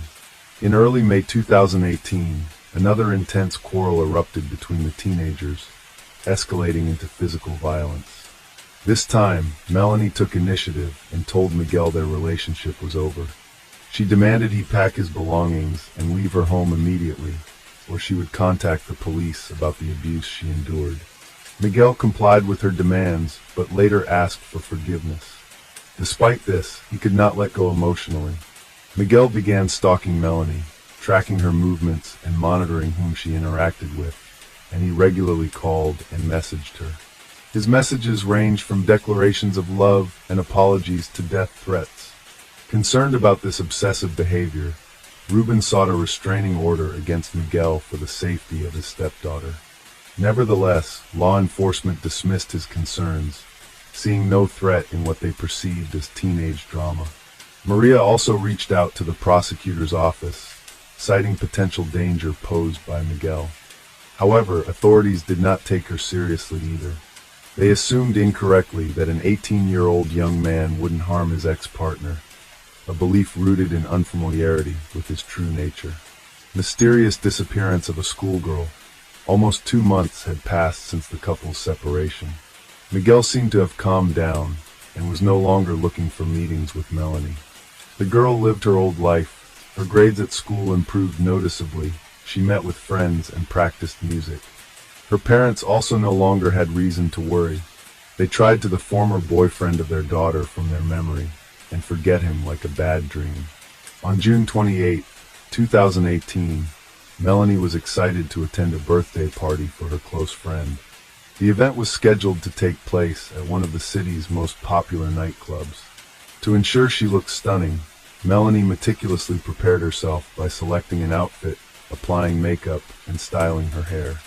Once she felt ready, she said goodbye to her mother and assured her she'd be back not too late before leaving in a waiting cab. Maria trusted her daughter's friends well enough not to worry excessively. However, the next morning brought concern when Maria realized that Melanie had not returned home. She attempted to contact Melanie, but discovered that her phone was turned off, a distressing sign. Despite this, Maria tried to stay calm by telling herself that teenagers might have simply lost track of time and that Melanie's phone battery could be dead. Around lunchtime, Maria called Isaac and was shocked to hear that Melanie never arrived at the party. None of their friends had seen or heard from her either. Frantic with worry, Maria began calling all of Melanie's friends and classmates. Unfortunately, no one could provide any useful information about her whereabouts since she left the house. In response, Maria promptly contacted William, Melanie's father, and he rushed over immediately. Together with Ruben, the stepfather, they went to file a missing persons report at the police station. However, they encountered bureaucratic indifference, as authorities noted that it is necessary to wait 24 hours and suggested that Melanie might just be asleep at a friend's place post-party.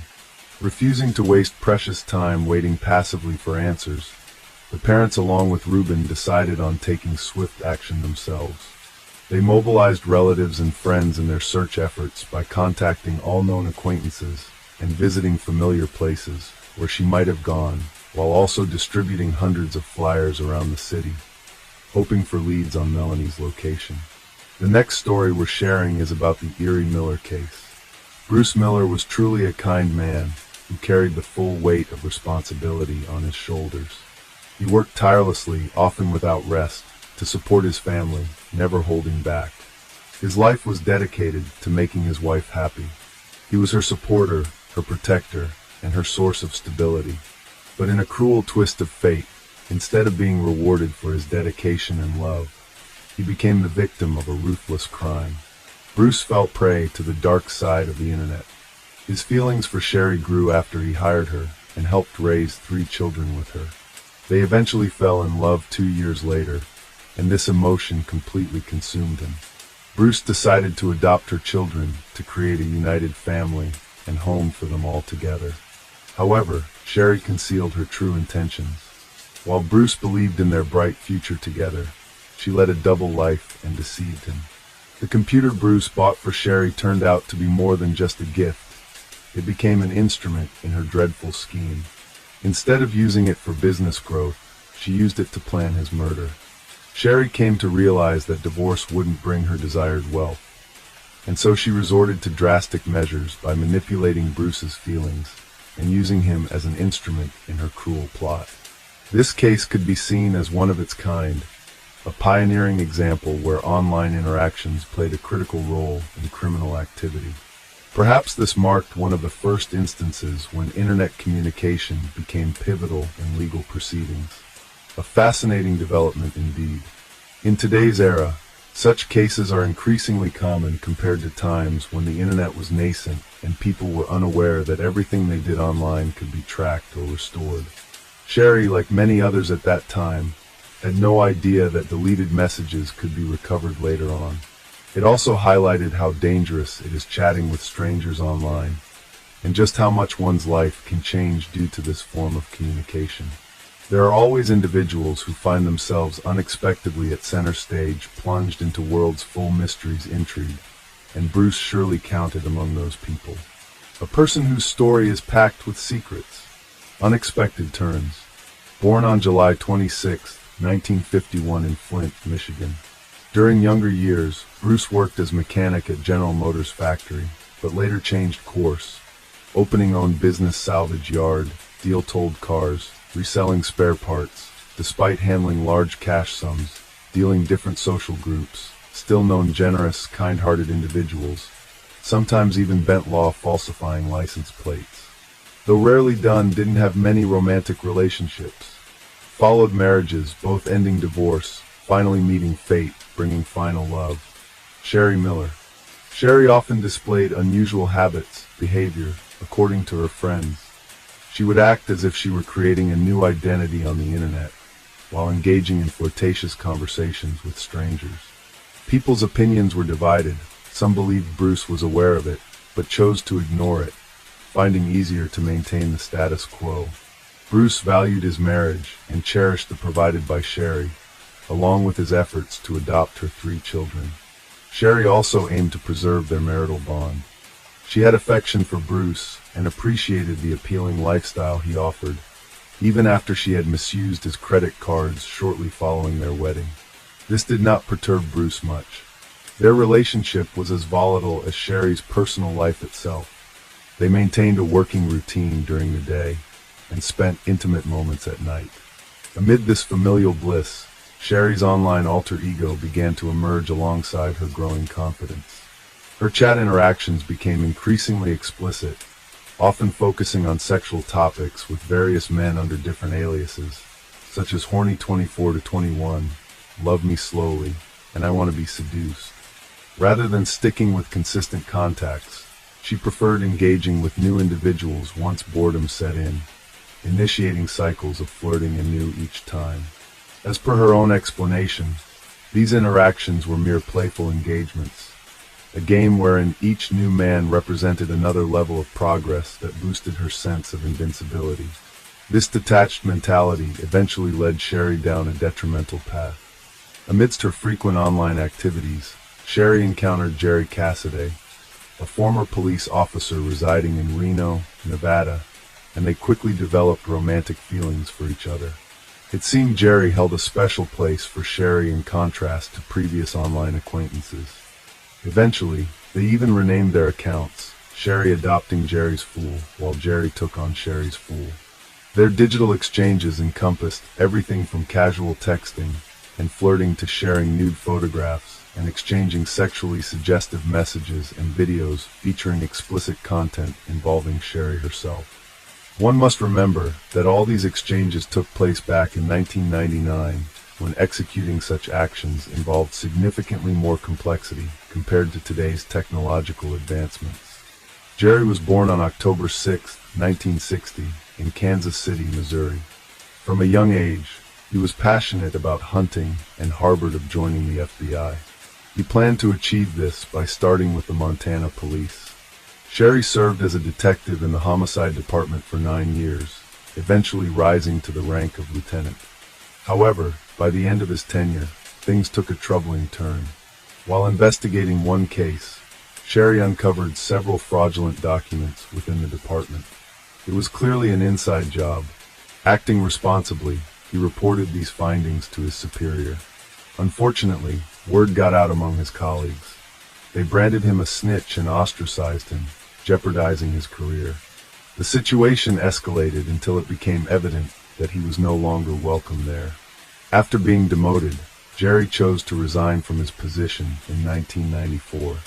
This had a profoundly negative impact on him. Consequently, he began struggling with alcohol and substance addiction, while also battling depression. Not long after these events unfolded, Sherry's wife divorced him. This divorce further affected him, as it resulted in losing visitation rights with their son. Despite these setbacks, Sherry managed to reclaim some stability by taking up employment as a security officer at Harrah's Kansas City Hotel and Casino. In 1999, he relocated to Reno and found work at another casino there. During this period, Jerry met Sherry through an online platform and soon transitioned their relationship into real-life interactions. Rather than viewing the relationship as a passionate affair, Sherry started to exploit Jerry. Her influence over him became evident to those who knew him well. It is observed that Jerry seemed to exhibit symptoms akin to bipolar disorder. He was highly enthusiastic when Sherry was around and deeply despondent in her absence. It wasn't long before Sherry began her deceitful manipulations. In September, she falsely declared that she was pregnant with Jerry's child. Shortly after, she claimed that she had miscarried due to Bruce allegedly beating her, though this was entirely untrue. Bruce in reality was a diligent family man, and not the dangerous individual Sherry depicted him as. Jerry, unaware of the truth, became exceedingly angry. Losing his supposed unborn child and believing Sherry was subjected to violence were unbearable for him, a lot for anyone. Concurrently, Sherry dissuaded Jerry from confronting Bruce by claiming Bruce had significant influential connections and substantial wealth that would ensure they faced retribution if they acted against him. Just 1 month later, Sherry fabricated another story about being pregnant with twins. One crucial detail is that in 1995, Sherry underwent a tubal ligation procedure, which rendered her unable to conceive, but she never disclosed this information to Jerry. This shocking disclosure underscores the extent of deception involved in their relationship. On November 5, 1999, Jerry received a disturbing email that was purportedly from Bruce. The message stated that Sherry was gaining weight due to the 2 unborn children she was carrying and expressed her desire for an abortion to lose the extra pounds. Jerry, filled with anxiety, attempted to reach out to Sherry, but could only manage a brief text conversation in which she mentioned needing to leave for a few days. The following day brought another message, supposedly from Bruce. This time it informed Jerry that Sherry would be returning home soon, and implied that the abortion had been completed successfully. However, it also indicated that Sherry would no longer be able to conceive. Enclosed in this communication was a staged photograph showing Sherry covered in bruises. Jerry experienced overwhelming rage. He contacted Sherry the next day, and they concluded that the only solution was to eliminate Bruce. They meticulously planned their approach, routes, a parking spot, and the best location and time for executing their plan at the yard. Driven by his mounting anger, Jerry departed from his home towards Michigan that same evening.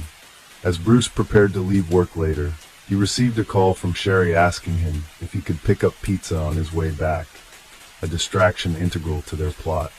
Engaged in this phone conversation, Bruce did not notice when Jerry approached him from behind and pointed a .20 caliber gun at him before pulling the trigger.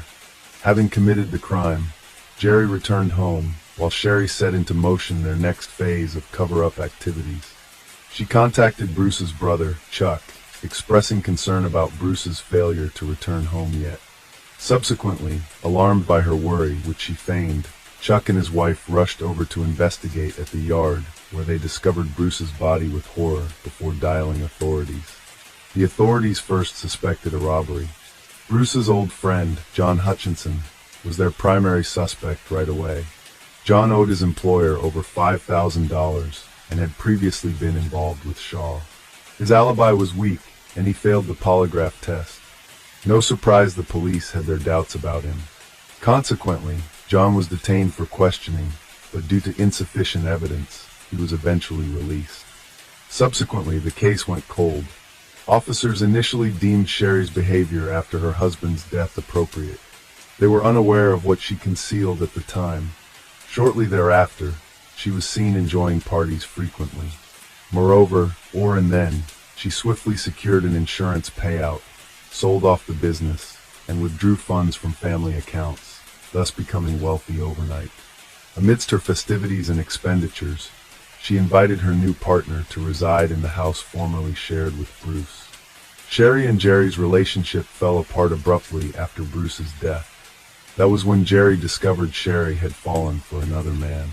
He started to feel immense guilt and reflected on the dreadful crime he had committed alongside her. Having worked for the police for many years, Jerry quickly discerned that he was merely a pawn in Sherry's scheme. She manipulated his emotions to eliminate her husband. It dawned on him that Bruce was truly an innocent man. None of the accusations Sherry had fabricated involved abuse, affiliations, beatings, or children. Even the pictures presented as evidence were dated 1994. 3 months later, on February 11th, Jerry Cassidy chose to end his life. He was found alone in the apartment he rented from his cousin, with a .22 caliber rifle beside him. Among his belongings were letters to his family and a note and briefcase addressed to his lawyer, John O'Connor. When John opened the briefcase, he discovered clear evidence of a crime that sealed Sherry's fate. In addition to various pieces of evidence unearthed after Jerry's death, there was also where Jerry confessed to killing Bruce and placed all blame squarely on Sherry. The note outlined how all available evidence would be handed over to the police. Jerry expressed deep regret and acknowledged his foolishness in being manipulated by Sherry into committing such an act. He revealed that everyone would now understand why he descended into depression. He had been unable to reveal the truth until now. Jerry also claimed that Sherry aimed solely at securing money and eliminating her husband. She succeeded in her goal, but disregarded the harm caused along the way. Following this startling revelation, authorities swiftly apprehended Sherry and charged her with second-degree murder and conspiracy to commit murder. The trial commenced 10 months later, on December 12th. Given the nature of her internet-related crime, public curiosity was exceptionally high. Sherry pleaded not guilty during the proceedings, and her defense attorney suggested that Jerry had fabricated his evidence against her out of guilt. They also attempted to shift the blame back onto JN. During the trial, disturbing messages between Sherry and JN were presented, wherein they discussed using a firearm. It was highlighted that a day after her husband's death, she altered her first name, last name, and address. After Jerry's demise, she repeated this action. The case concluded successfully in court, and after only 2 days of deliberation, the jury delivered its verdict. Sherry Miller was found guilty of second-degree murder, and on January 9, 2001, she received a life sentence in prison. However, several complaints arose from the defense regarding the trial. One notable issue questioned the admissibility of Jerry's letter as evidence. This concern led to such significant implications that 7 years later, in 2008, a judge ordered a retrial for the case. Consequently, as per federal court decisions, Sherry was released from prison in July 2009 until further trials could be conducted. For over 3 years, she walked free without restrictions, even accessing internet and dating sites. However, many individuals, especially Bruce's and Jerry's families, opposed this release, deeming it due to an absurd technicality. Back in August 2012, the district court reversed its decision, and Sherry returned to prison, where she has remained since. While she was at large, Sherry successfully reconnected with her children. This reconnection had a notably positive impact on her. In April 2016, she wrote a letter admitting guilt despite previously denying it. She explained that her initial denial stemmed from fear that an admission would hinder her chances of appealing for a retrial. Her attorneys had advised such action. However, they later denied this claim. They asserted that if they had known about her guilt earlier, they would have recommended pursuing a plea deal. Under such circumstances, Sherry would have faced only 15 years of imprisonment, as opposed to the longer term she is currently serving. By then, Sherry had already spent 2 decades behind bars. Notably, during this time, she entered into her 4th marriage with Michael Dinelli. Michael learned about her story through media reports and became interested in her situation, eventually proposing during their first meeting. On June 1st, 2011, the Waller family's life took a turn. A woman named Jackie contacted her sister Cheryl, informing her that she was going to pick up her children from her ex-husband, Clay. Jackie planned to return home later that day. However, she never came back, nor did she make any further contact. Worried and unable to reach Jackie, Cheryl became increasingly anxious. By around 7 p.m., Cheryl decided to drive to the police station. Here, she made a startling statement. Cheryl claimed that Clay Waller had killed her sister. The police officers found this accusation shocking, since Jackie had only called a few hours earlier, and there hadn't been any immediate cause for concern or reason to believe she was in danger at that time. Despite the unusual nature of Cheryl's assertion, it eventually became apparent that her instincts were correct. Jackie was indeed entangled in a troubling situation. So, what exactly happened to Jackie? And why was Cheryl so convinced her sister had been murdered by her ex-husband even before Jackie was declared missing? Jackie was known for being sweet, kind, and caring. When she met Clay, there was an instant connection between them. Clay had a speech impediment that had subjected him to ridicule by others. This made him feel awkward and uncomfortable in social situations. However, unlike others, Jackie didn't ridicule him. Instead, she defended him and ensured he wasn't hurt by people's unkind remarks. Jackie's nature was all about protecting the vulnerable, fighting injustice, and helping everyone around her. It wasn't long before their bond grew stronger and they got married. At the time of their marriage, both were about 30 years old and aspired to have a large family. They bought a small house in Sanguine View, Missouri, where Jackie began creating a family nest. She had a successful career. Unfortunately, the same couldn't be said about Clay.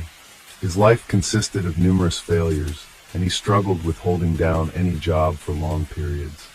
As a result, Jackie became the primary breadwinner of the family. She always dreamed of having children, but faced challenges in conceiving naturally.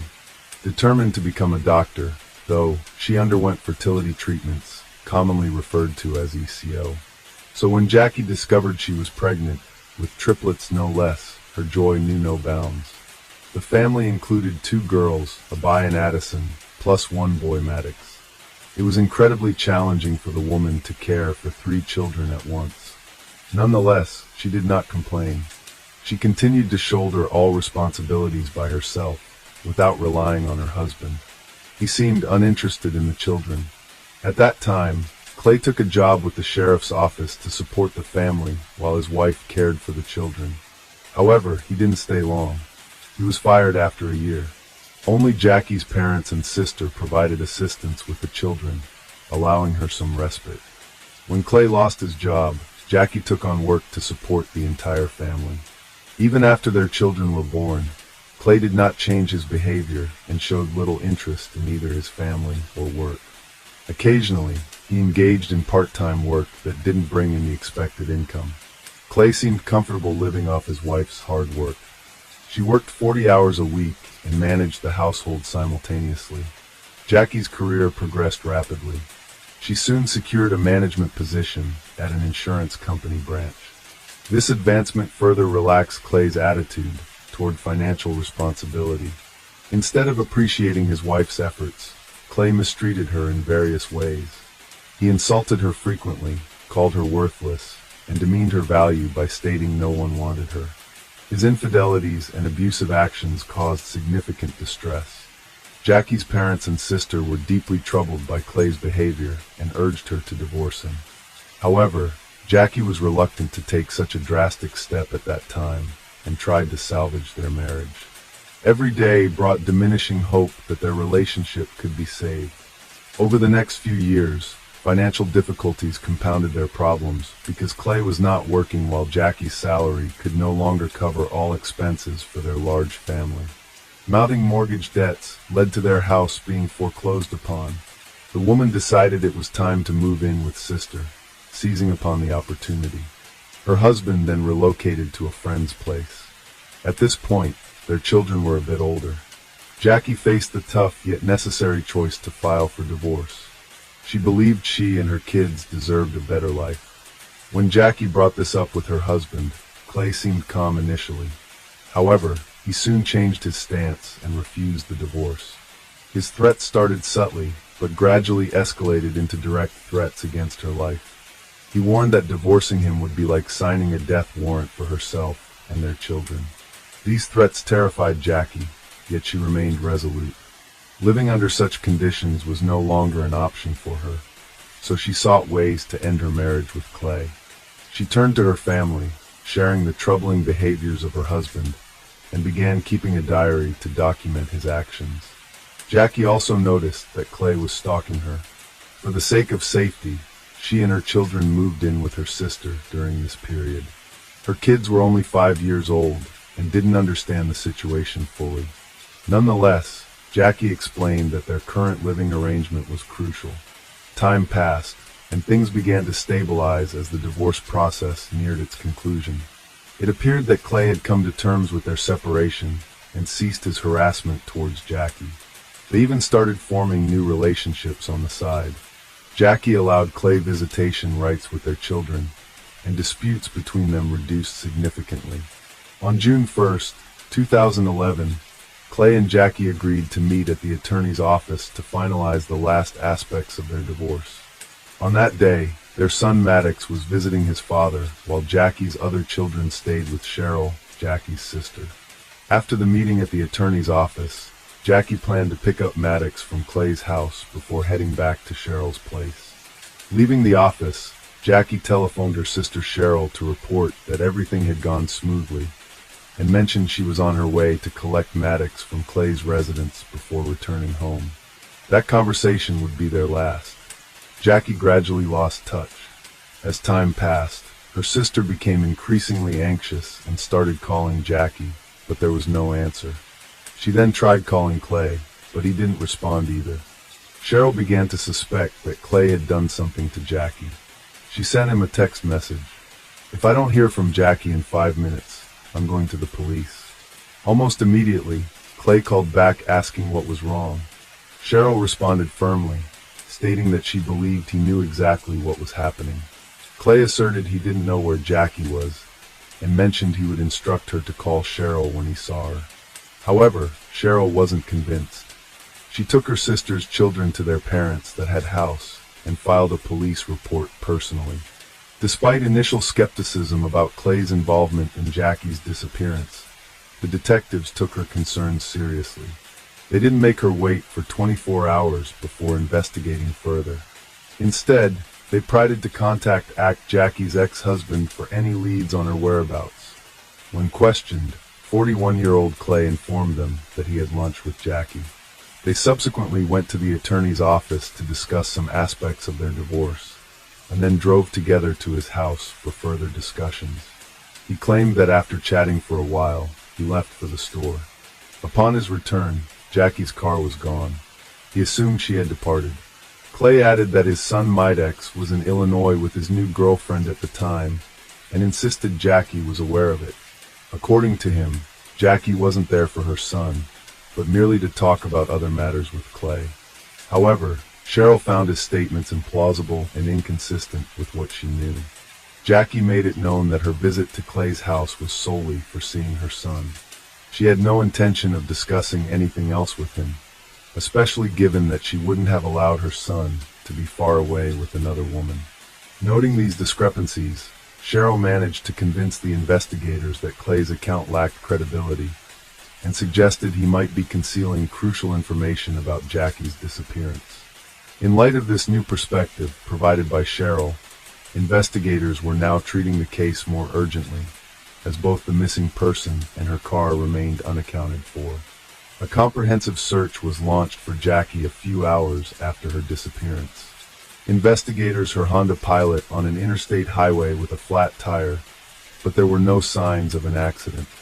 The tire appeared punctured intentionally, making the scene look staged.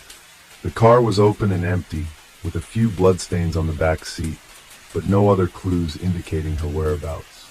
These disturbing details hinted at a possible attack and kidnapping. The search effort for Jackie was concentrated in the vicinity where her car was found. Numerous volunteers, including police officers, rescue squads with dogs, and family members participated in the search. They came from various parts of the region, responding to requests from Jackie's relatives. Despite the unbearable heat, many were willing to help locate her. Jackie's family announced a reward of $3,500 for information about her whereabouts. Despite their efforts, including extensive searches and public appeals for assistance, the search yielded no results for several days. Police began to scrutinize Clay, Jackie's ex-husband, more closely. When they visited his house to speak with him again, he recounted the same story as before, but refused access to his home and car. He promptly hired a lawyer who asserted his rights. For days after Jackie's disappearance, Clay left her a voicemail with a distressed tone. Detectives later obtained a search warrant and returned to Clay's residence for a thorough inspection. During this inspection, they discovered blood-like stains in his vehicle. Forensic analysis revealed it was fish blood. Clay had deliberately coated the car with fish blood and recorded it on video as a test for forensic experts. In addition to examining the vehicle, investigators noted conspicuous details in Clay's house. A section of carpet had been removed from the floor, leaving an obvious mark. Tiny drops of blood were also found on the walls of the hallway, leading to the basement. These findings raised further questions about Clay's involvement and intentions regarding Jackie's disappearance. Traces of furniture rearrangement were evident, signaling that something unusual was happening in the house. Forensics examined under the floorboards and discovered a bloody carpet. Blood samples from the house and the carpet were sent to the laboratory for further examination. Detectives tracked the missing woman's last known movements to 1:10 a.m. She was observed at a drugstore with her ex-husband. The pair appeared composed and normal. Approximately 2 hours later, she was seen at an ATM withdrawing money. After that, Jackie did not reappear on CCTV, although Clay was seen a few hours later with his son and new girlfriend at a toy store. Subsequently, they visited a car wash in their pickup truck, which had a suspicious trash can inside. By then, Clay had changed clothes and meticulously washed both the car and the boat. This increased suspicion around him, establishing him as the prime suspect. Investigators released photos of Clay's pickup truck and boat, requesting eyewitnesses who may have seen them.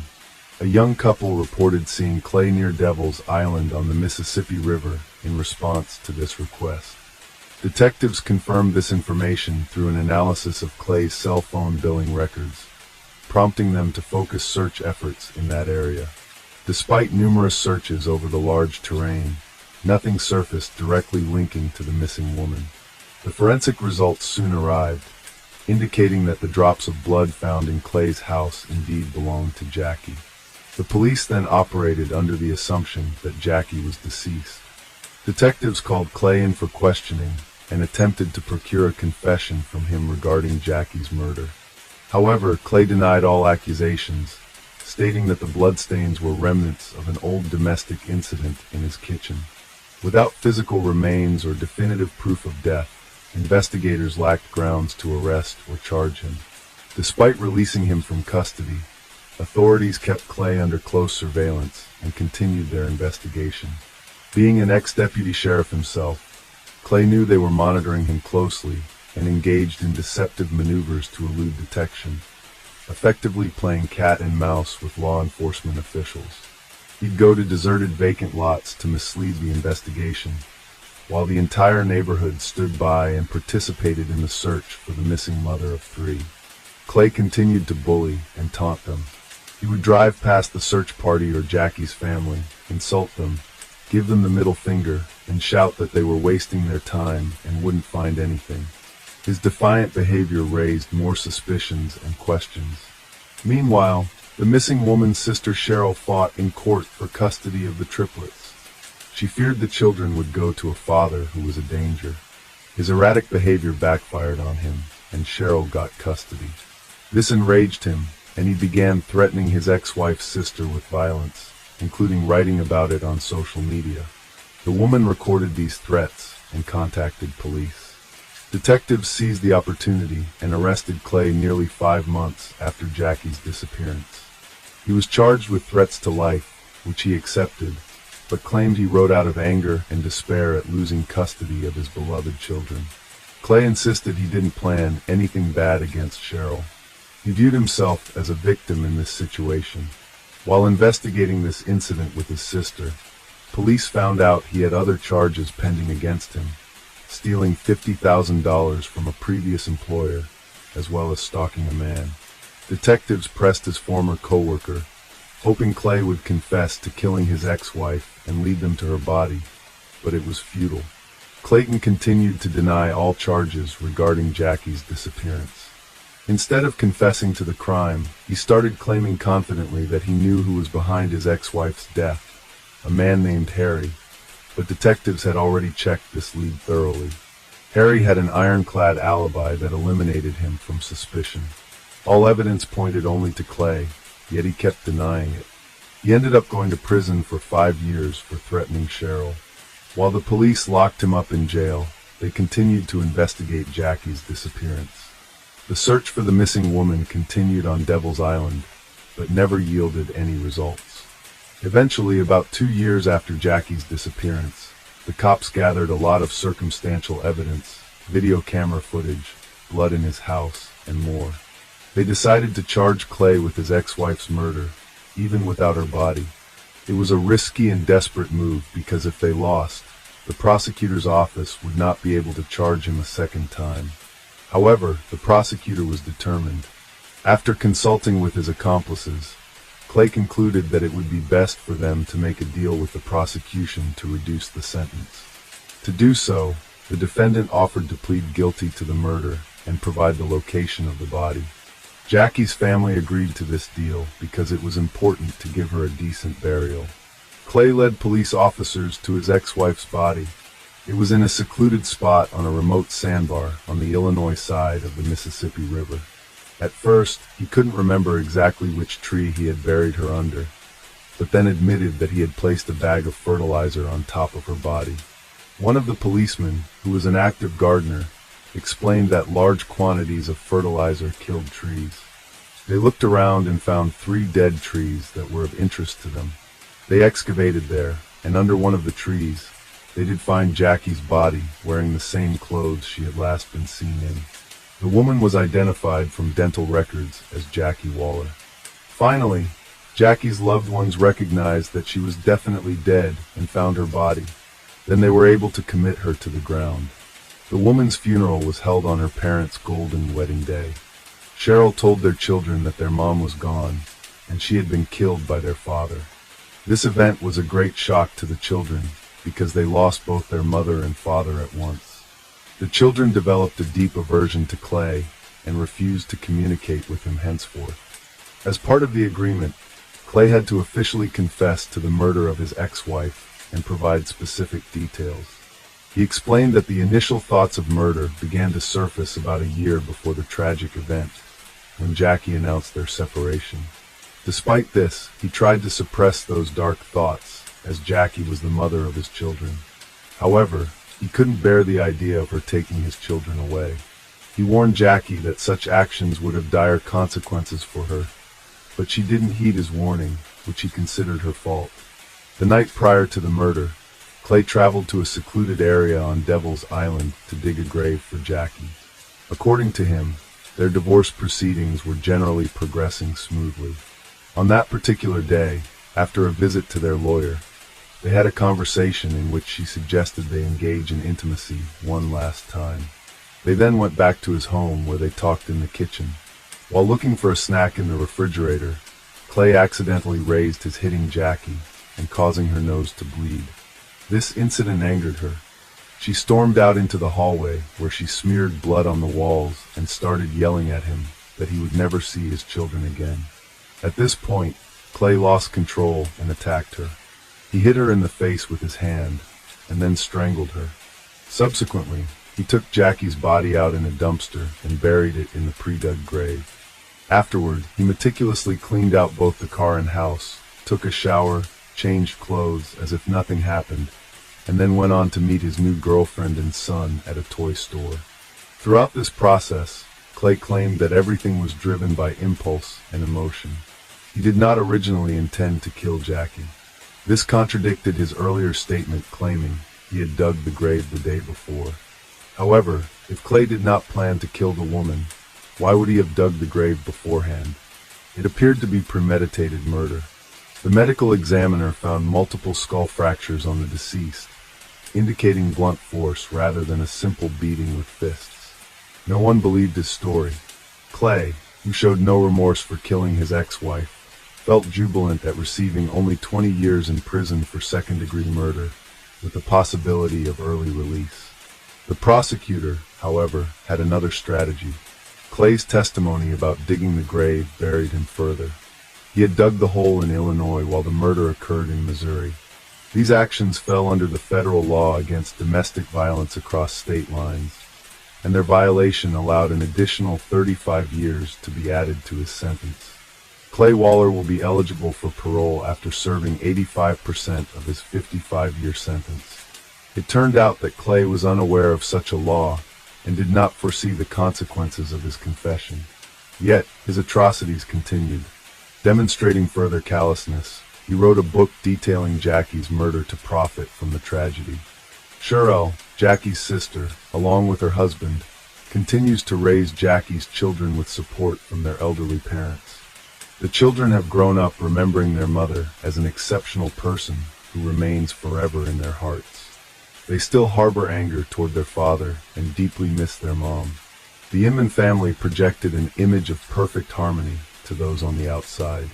They were regular churchgoers every Sunday to Orwood Portsing. Yet within their tight-knit circle, one could fathom what really happened behind closed doors. Back in 3, William and Sandra Inman's paths crossed at church. He was 18, she just 16. Their union received their parents' blessing, leading to marriage. The couple made their home in the modest community of Logan, located in Hawking County, Ohio. Bill Inman possessed strong religious convictions and balanced his job in construction with playing musical instruments for the Sky of Faith Evangelical Church in Nelsonville, Ohio. Sandra took on the role of managing the household. In 1984, they were delighted to welcome their son, William Jr., to distinguish between father and son. The head of the family was called Bill, while the younger one was known as Will. As time passed, William Jr. grew up. At age 17, in 2001, he met a 15-year-old named Summer Cook at church, quite reminiscent of his parents' encounter.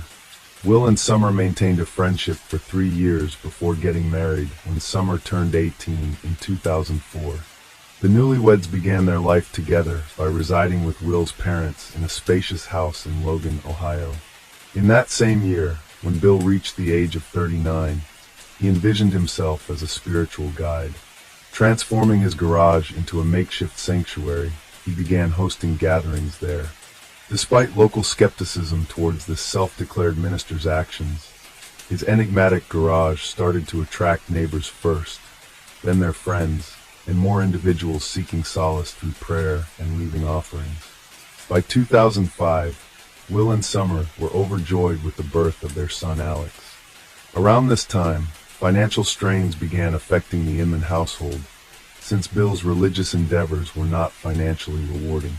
This situation led the family to consider relocating to another state in pursuit of better employment opportunities. By 2006, the Inman family had fully resettled in Florida.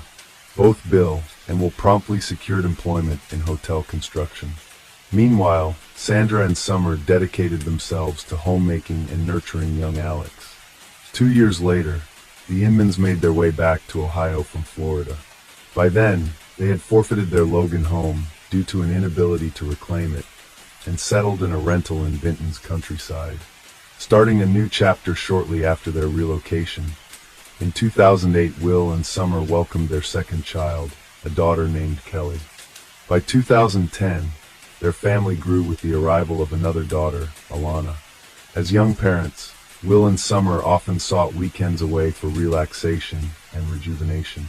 During these times, Bill and Sandra, always supportive, took on the role of caring for their grandchildren.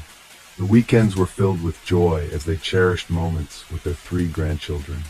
In the spring of 2010, Bill Inman secured a pastor's license and proclaimed himself the head of the Skinnier Faith Church. Alongside his wife, he established a charitable entity named Ranch of Mercy to assist the jobless and homeless.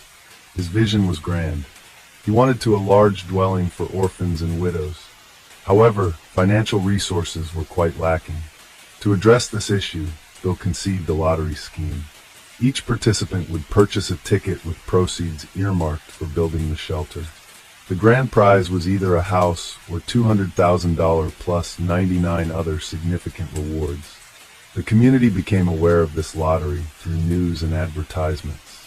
Bill initially promoted it door to door, assuring participants of lavish rewards, while emphasizing that surplus funds were destined for providing a haven for the destitute. Priced at $10 per ticket, Bill managed to sell 100,000 tickets, amassing $1 million for the project. The drawing was set for September 2010. In June 2010, personal upheaval struck the Inman family when Summer expressed her desire to divorce after 6 years of marriage.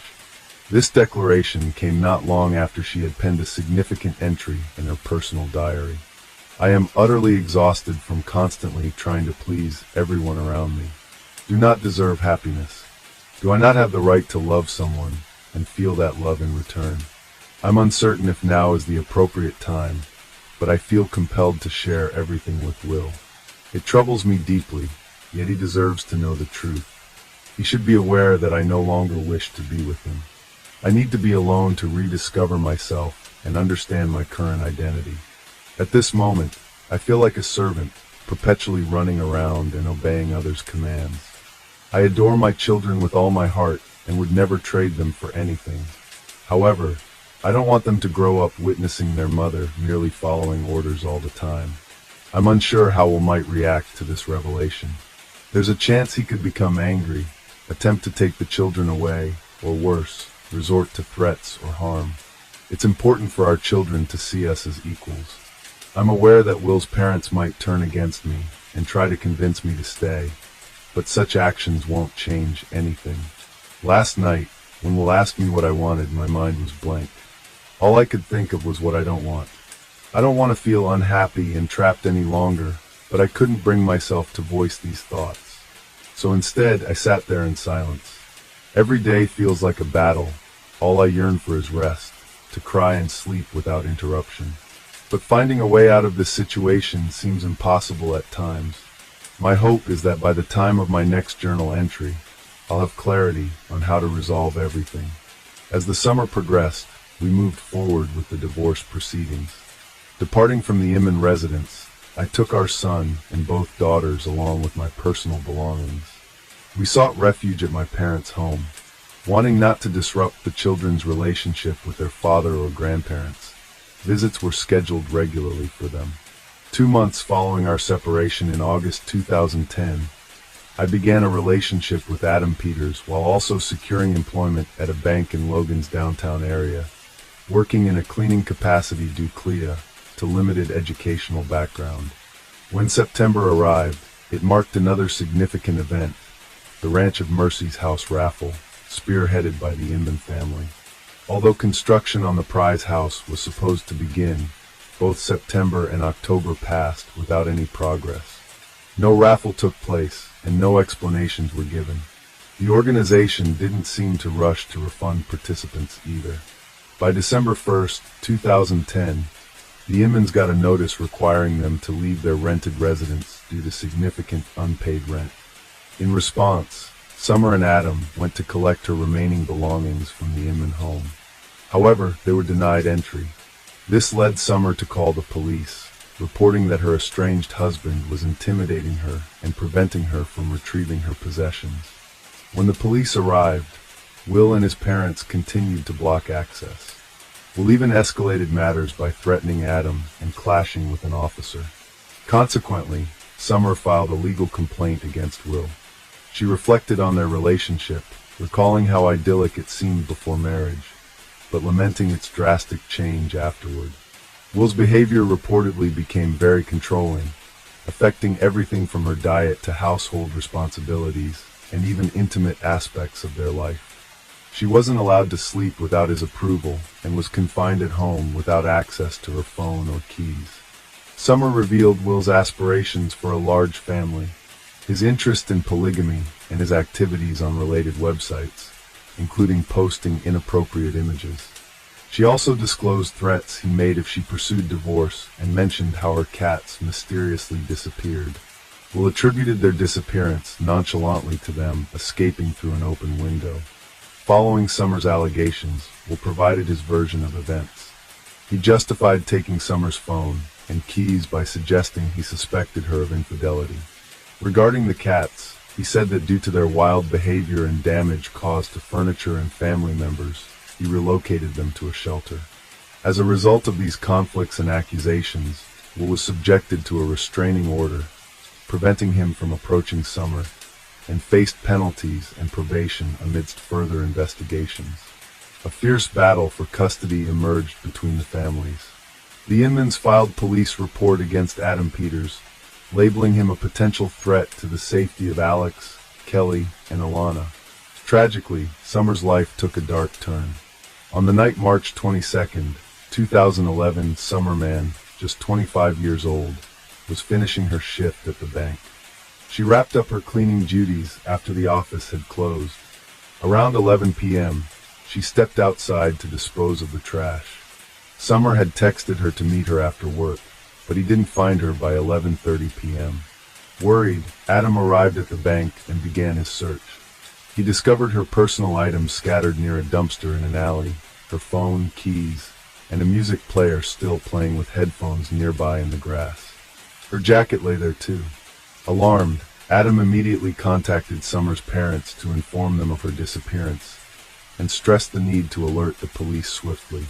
Initially, Summer's parents called the bank, guessing she might have stayed longer for extra work and misplaced her belongings. Security personnel had no clues about her whereabouts. They then contacted Logan police to report Summer missing, emphasizing her punctuality and that she rarely stayed late at work. Police arrived at the scene, where they found Summer's belongings.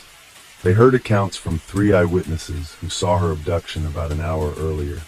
2 women out for an evening jog reported seeing Summer as she threw out the trash. At that moment, a white Ford Crown Victoria, driven by a blonde woman, approached. 2 individuals dressed in black balaclavas exited the vehicle and forcefully grabbed Summer, shoving her into the back seat despite her resistance and cries for help. One bystander's attempt to intervene was thwarted when the female driver incapacitated him with pepper spray, forcing him to retreat. The car quickly left the area. The 2 jogging witnesses immediately headed to the nearest police station to report what they had witnessed. Their account initially faced skepticism from the police, who found their peculiar and doubted its authenticity. Expecting it might be a fabricated story, the police reached the abduction site of Summer Inman just an hour after her parents filed the missing person report. However, initial efforts did not lead to locating the missing 25-year-old. News of Summerman's kidnapping quickly circulated through all local media outlets, capturing the community's attention. Hundreds of Logan's residents united in a concerted effort to locate her. As 3 days elapsed, the possibility of finding Summer safe and sound grew increasingly faint. Throughout this harrowing time, her parents endeavored to maintain hope against despairing thoughts. Shortly before her disappearance, Summer Inman shared a photo on Facebook featuring herself, her new partner Adam, and her children. The image portrayed them as a content family unit. Will Inman, who had access to Adam Peters' Facebook page, surprisingly still on his friends list despite being Summer's current partner, noticed this update. It raises an intriguing question. Why would a husband befriend his wife's new companion? The backstory revealed that Adam, a man without stable employment, had been hired by the Inmans a year earlier, in spring 2010, for various household tasks. It was then that Adam and Summer crossed paths and developed a bond. Despite initial reluctance, Summer eventually reciprocated Adam's affections. Her diary entry reflects this internal conflict. This encounter signified the unraveling of Summer's life within the Inman family. Yearning for happiness and love, She initiated divorce proceedings, which were prolonged 5 days before vanishing. Will contested tested the proposed spousal support per child monthly, suggesting a reduction to $50 given his annual earnings of just $6,000. Will and his parents sought full custody of the children, but their petition was rejected by the court. After losing contact with their grandchildren, Bill and Sandra visibly deteriorated. They lost weight and were clearly affected, as those who knew them concurred that the grandchildren were the light of their lives. In March 2011, amidst the investigation into Summer's disappearance, the Inman family was located. They were found at the residence of Bill's 70-year-old mother in Jackson, Ohio. Bill, Sandra, and Will collectively asserted their ignorance regarding Summer's abduction. The Inmans recounted that on the night of Summer's kidnapping, they were en route to Cleveland to view a new property. However, they encountered car trouble after 3 hours on the road, leading to an overnight ordeal of vehicular repairs on the roadside before returning to Logan the next morning. They maintained that their interactions with Summer were generally amicable with infrequent disputes. Yet they attributed a shift in their familial harmony to Adam Peters' employment in their household, describing this phase as challenging.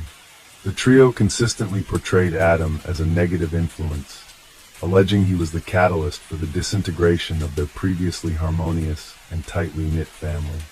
The investigation took a crucial turn when police noticed a white Ford Crown Victoria at the Inman family's residence. Upon inspection of the vehicle, a GPS receiver was confiscated. Subsequent examination revealed that on March 22nd, the day Summer was abducted, this car was in Logan.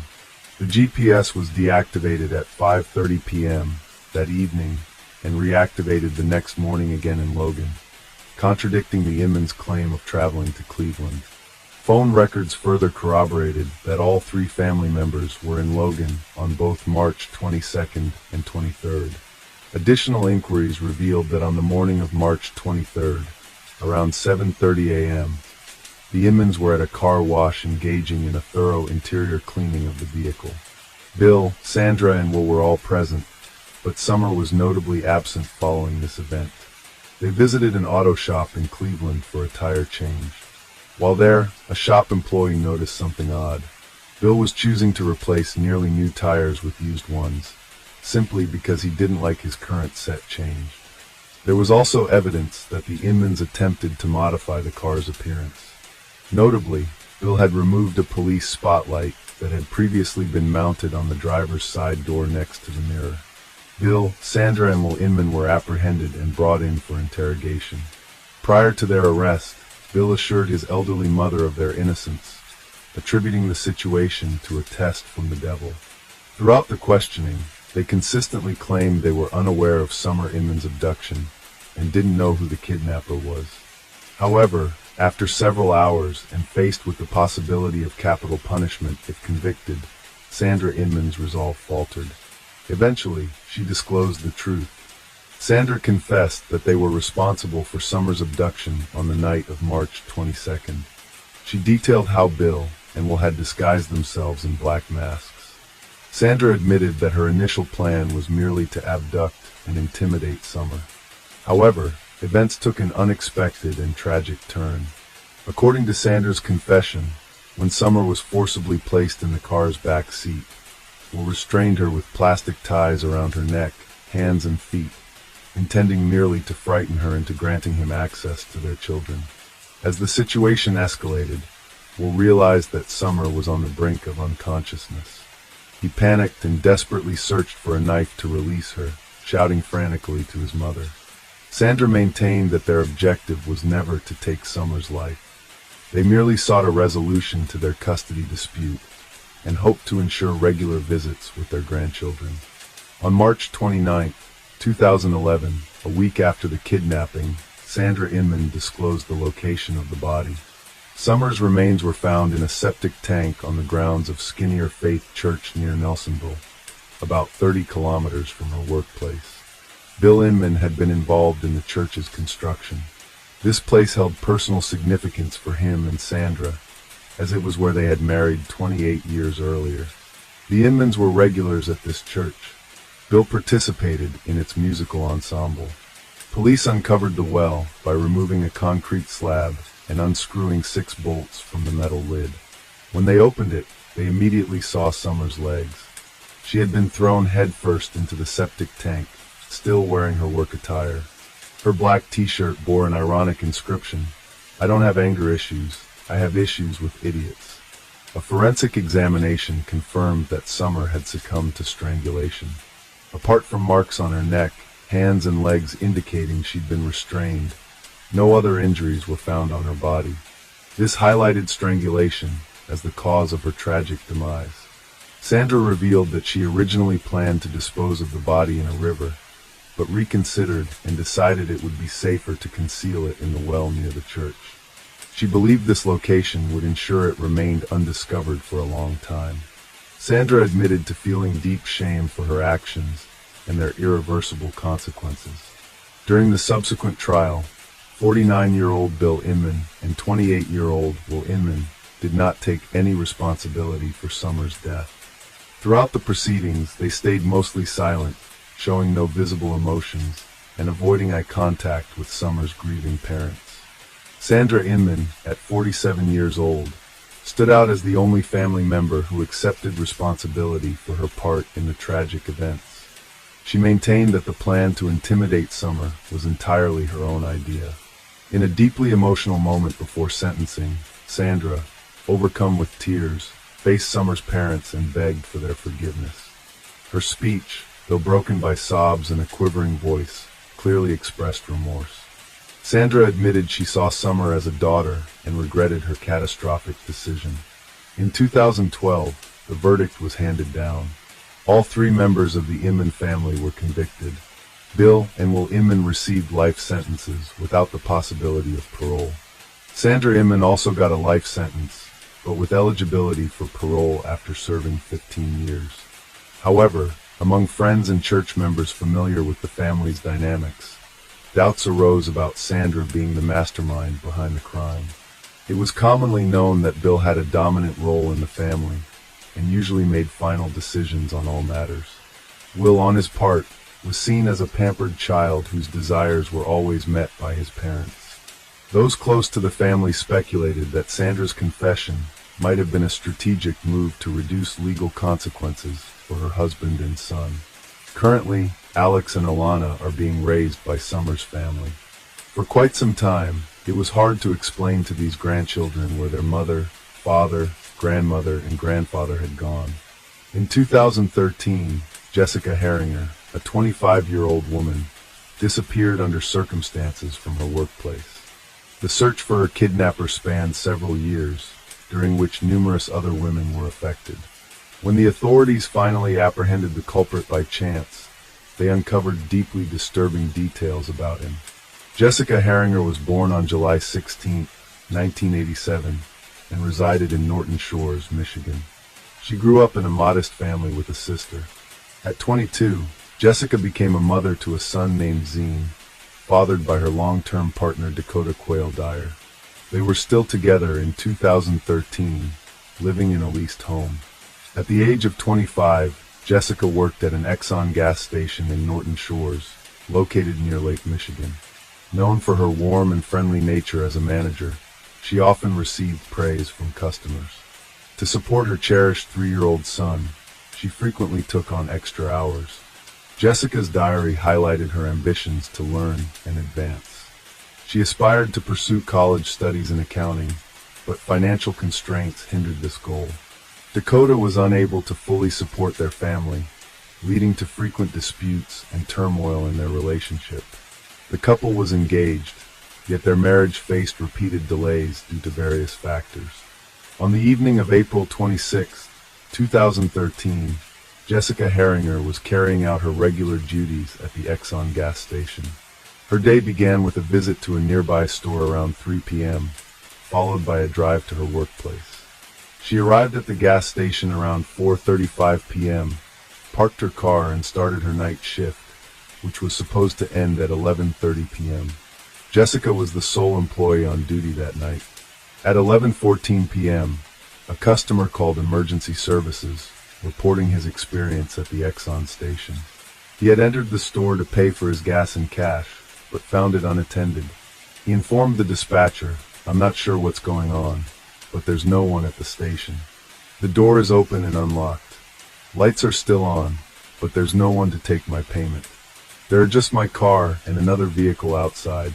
Why isn't anyone here? It looks very odd." The police reached the Exxon gas station within 10 minutes of the 911 call.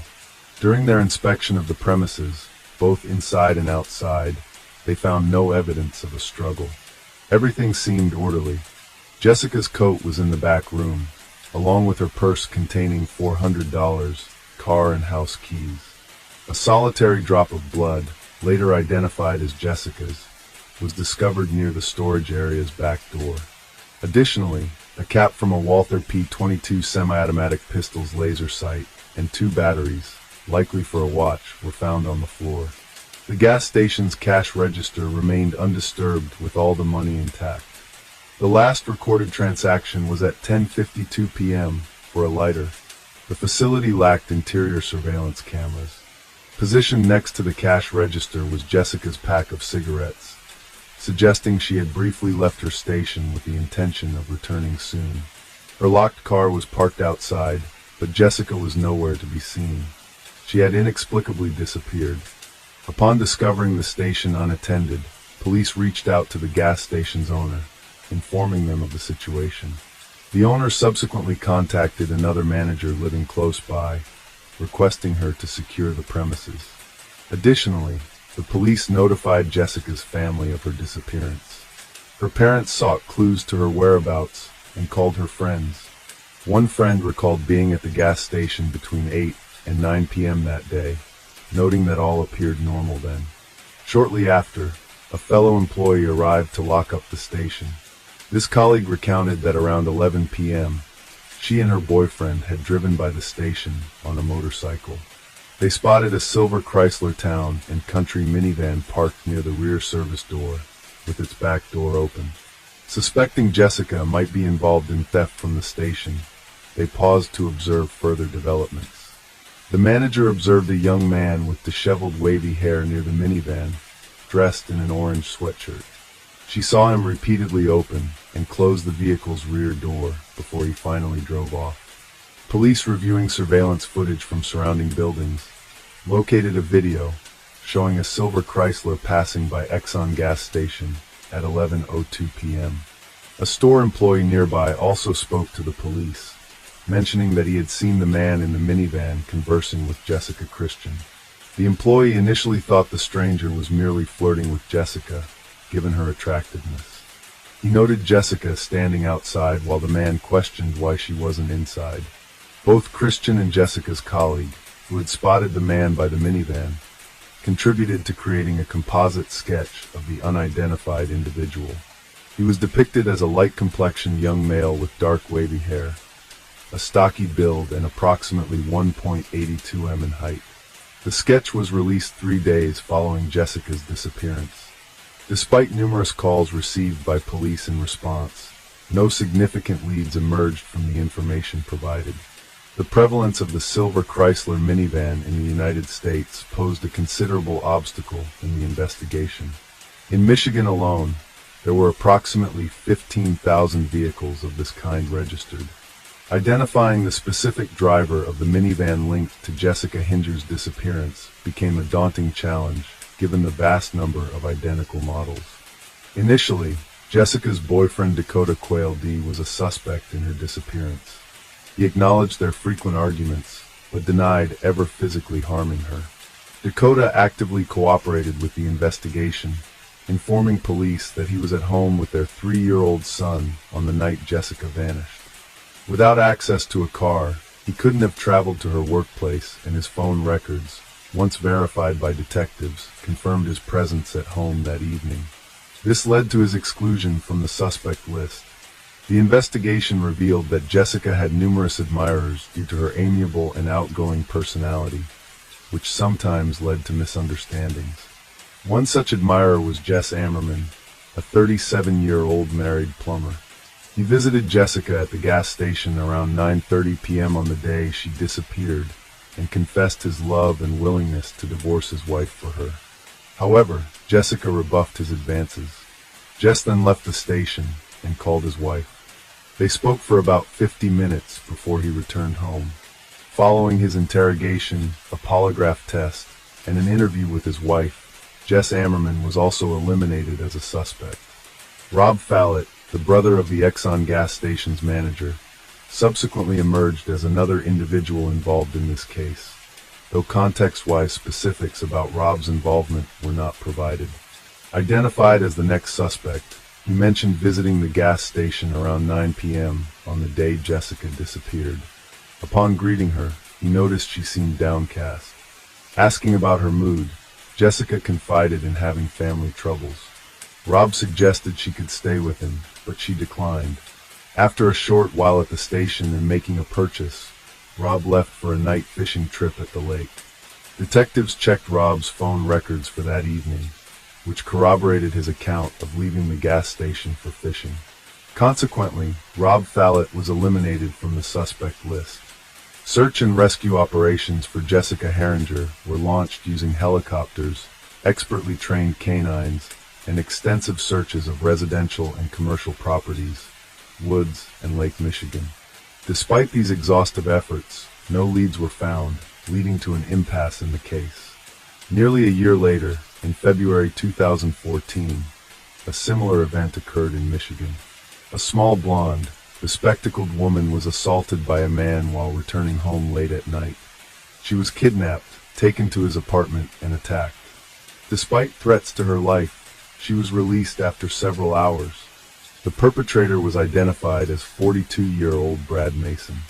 Mason was swiftly located, but resisted arrest by brandishing a fake firearm at police officers, resulting in his fatal shooting.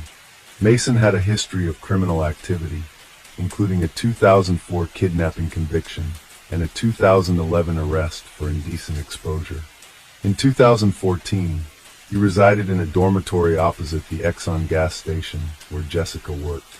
However, investigators found no evidence linking Mason to Jessica's disappearance. 2 years after Jessica Herringer's disappearance, in 2016 another incident involving a young woman occurred late at night. Returning from a party at a friend's house, she became disoriented on a dark street. A man in a silver minivan approached her asking if she was okay and offering her a ride. She refused, but requested to use his phone instead. The man consented, but only if she entered the minivan. Once inside, he locked the door and revealed his phone battery was dead, then brandished a gun, instructing her to stay silent. These cases highlight ongoing challenges faced by law enforcement in solving abduction instances, despite rigorous investigative efforts and community cooperation. He then began driving, feeling sick and nauseated. The woman requested him to lower the window. Seizing the opportunity, she leaped out of the moving vehicle through the window and fled to a nearby house. The man sped away. The victim immediately contacted the police and described kidnapper. Through surveillance footage, the police managed to trace the license plate of the silver Chrysler Town and Country. They identified the driver as 46-year-old Jeffrey Willis. Jeffrey Willis, a factory laborer, led a secluded, modest life and had no prior legal issues. When located in his minivan, police searched and found a Walther P.22 semi-automatic pistol. The gun was traced back to a colleague of Jeff, who had reported her laser-sighted gun stolen some time ago. Willis was arrested and detained. A search of his residence uncovered a box filled with various BDSM paraphernalia, including handcuffs, chains, ropes, gags, a vibrator, a video camera, and a bullet matching a Walther P.22.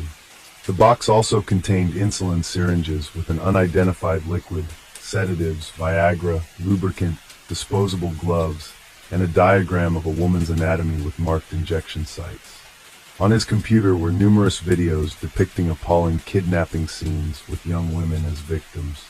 A hidden hard drive and a ventilation duct contained footage Willis had recorded of his female neighbors swimming without their knowledge. A folder titled Victims on the computer held 2 subfolders, one named for the missing Jessica Herringer, and another for a murdered woman named Rebecca. Rebecca Black, aged 36, was tragically murdered on June 29, 2014, roughly a year after Jessica Herringer vanished in an area just 20 minutes from where Jessica worked at the Exxon gas station. Rebecca went out for an evening run, but never made it back home. She was found by neighbors lying on the road with her clothing disheveled, initially leading to the belief that she was struck by a car, although unconscious. Rebecca still had a pulse when discovered. Emergency services were called, but she succumbed to her injuries before they could save her. Autopsy reports revealed she died from 3 gunshot wounds to her back and head, with multiple bruises on her wrists and legs. At the time of her death, the perpetrator remained at large. However, 2 years after Jeffrey Willis's arrest, new evidence linked Rebecca's murder to a pistol found in Willis's minivan. Willis denied any involvement, but prosecutors theorized that he had attempted to abduct Rebecca and bring her to his home. When Rebecca resisted, Willis reportedly shot her and fled. Forensic analysis later discovered Rebecca's DNA on a glove recovered from Willis's residence. Jeffrey Willis was convicted of Rebecca Bleck's murder and received a life sentence. While serving his sentence, he faced additional charges related to the kidnapping of Jessica Herringer. Despite consistently denying any involvement in Jessica's disappearance, phone records showed that on the night she vanished, he was present at the Exxon gas station where she was last seen. Subsequently, he traveled to his deceased grandfather's house, which is roughly 13 minutes from the station. Upon arriving at his grandfather's residence, police encountered a heavily secured front door. Forced entry revealed an assortment of cleaning products, powders, and bleaches in the basement. The manufacturing dates on these items aligned with early 2013, matching the time frame of Jessica's disappearance. Colleagues recalled that Jeffrey Willis was notably absent on April 27, 2013, the day following Jessica Herringer's disappearance. When he returned to work a few days later, he had conspicuous deep scratches on his face and hands, raising further suspicions among those who knew him. A woman who visited the gas station on April 25th, the day before Jessica's disappearance, later contacted police. She arrived late in the evening and expressed concern about being there alone at such an hour to Jessica herself. Jessica nodded in acknowledgement, appearing anxious and somewhat scared. At that moment, an unknown man inside the station reassured the visitor by saying, "Don't worry, she has customers who look after her." He left the premises. The concerned visitor, still worried about Jessica's safety, stayed in her car outside until Jessica finished her shift and headed home. Tragically, Jessica disappeared the following day in 2016. The witness from the gas station positively identified Jeffrey Willis, recalling seeing him there. Investigators learned that Willis had frequented the Exxon gas station, interacting with Jessica Herringer on at least 15 occasions. Concurrently, 48-year-old Kevin Bloom, Willis's cousin and a prison guard, was taken into custody. Kevin's inconsistent statements during interrogation eventually led to a confession. He disclosed information about Rebecca Blecher's death that hadn't been publicly known. Kevin also confessed to assisting Jeffrey in concealing Jessica's body. He described how on April 27th, the day after Jessica's abduction, Jeffrey invited him over for a party at his house. Upon arriving at his late grandfather's residence, Kevin saw Jessica for the first time lying on the floor bound and lifeless. The cousins wrapped her body in a sheet, transported it in a car to a forest where Jeffrey had pre-dug a grave and buried her. They then returned home. When Kevin Bloom led the police to the forest to identify the burial site of Jessica Herringer's body, he spent a considerable amount of time wandering through the area.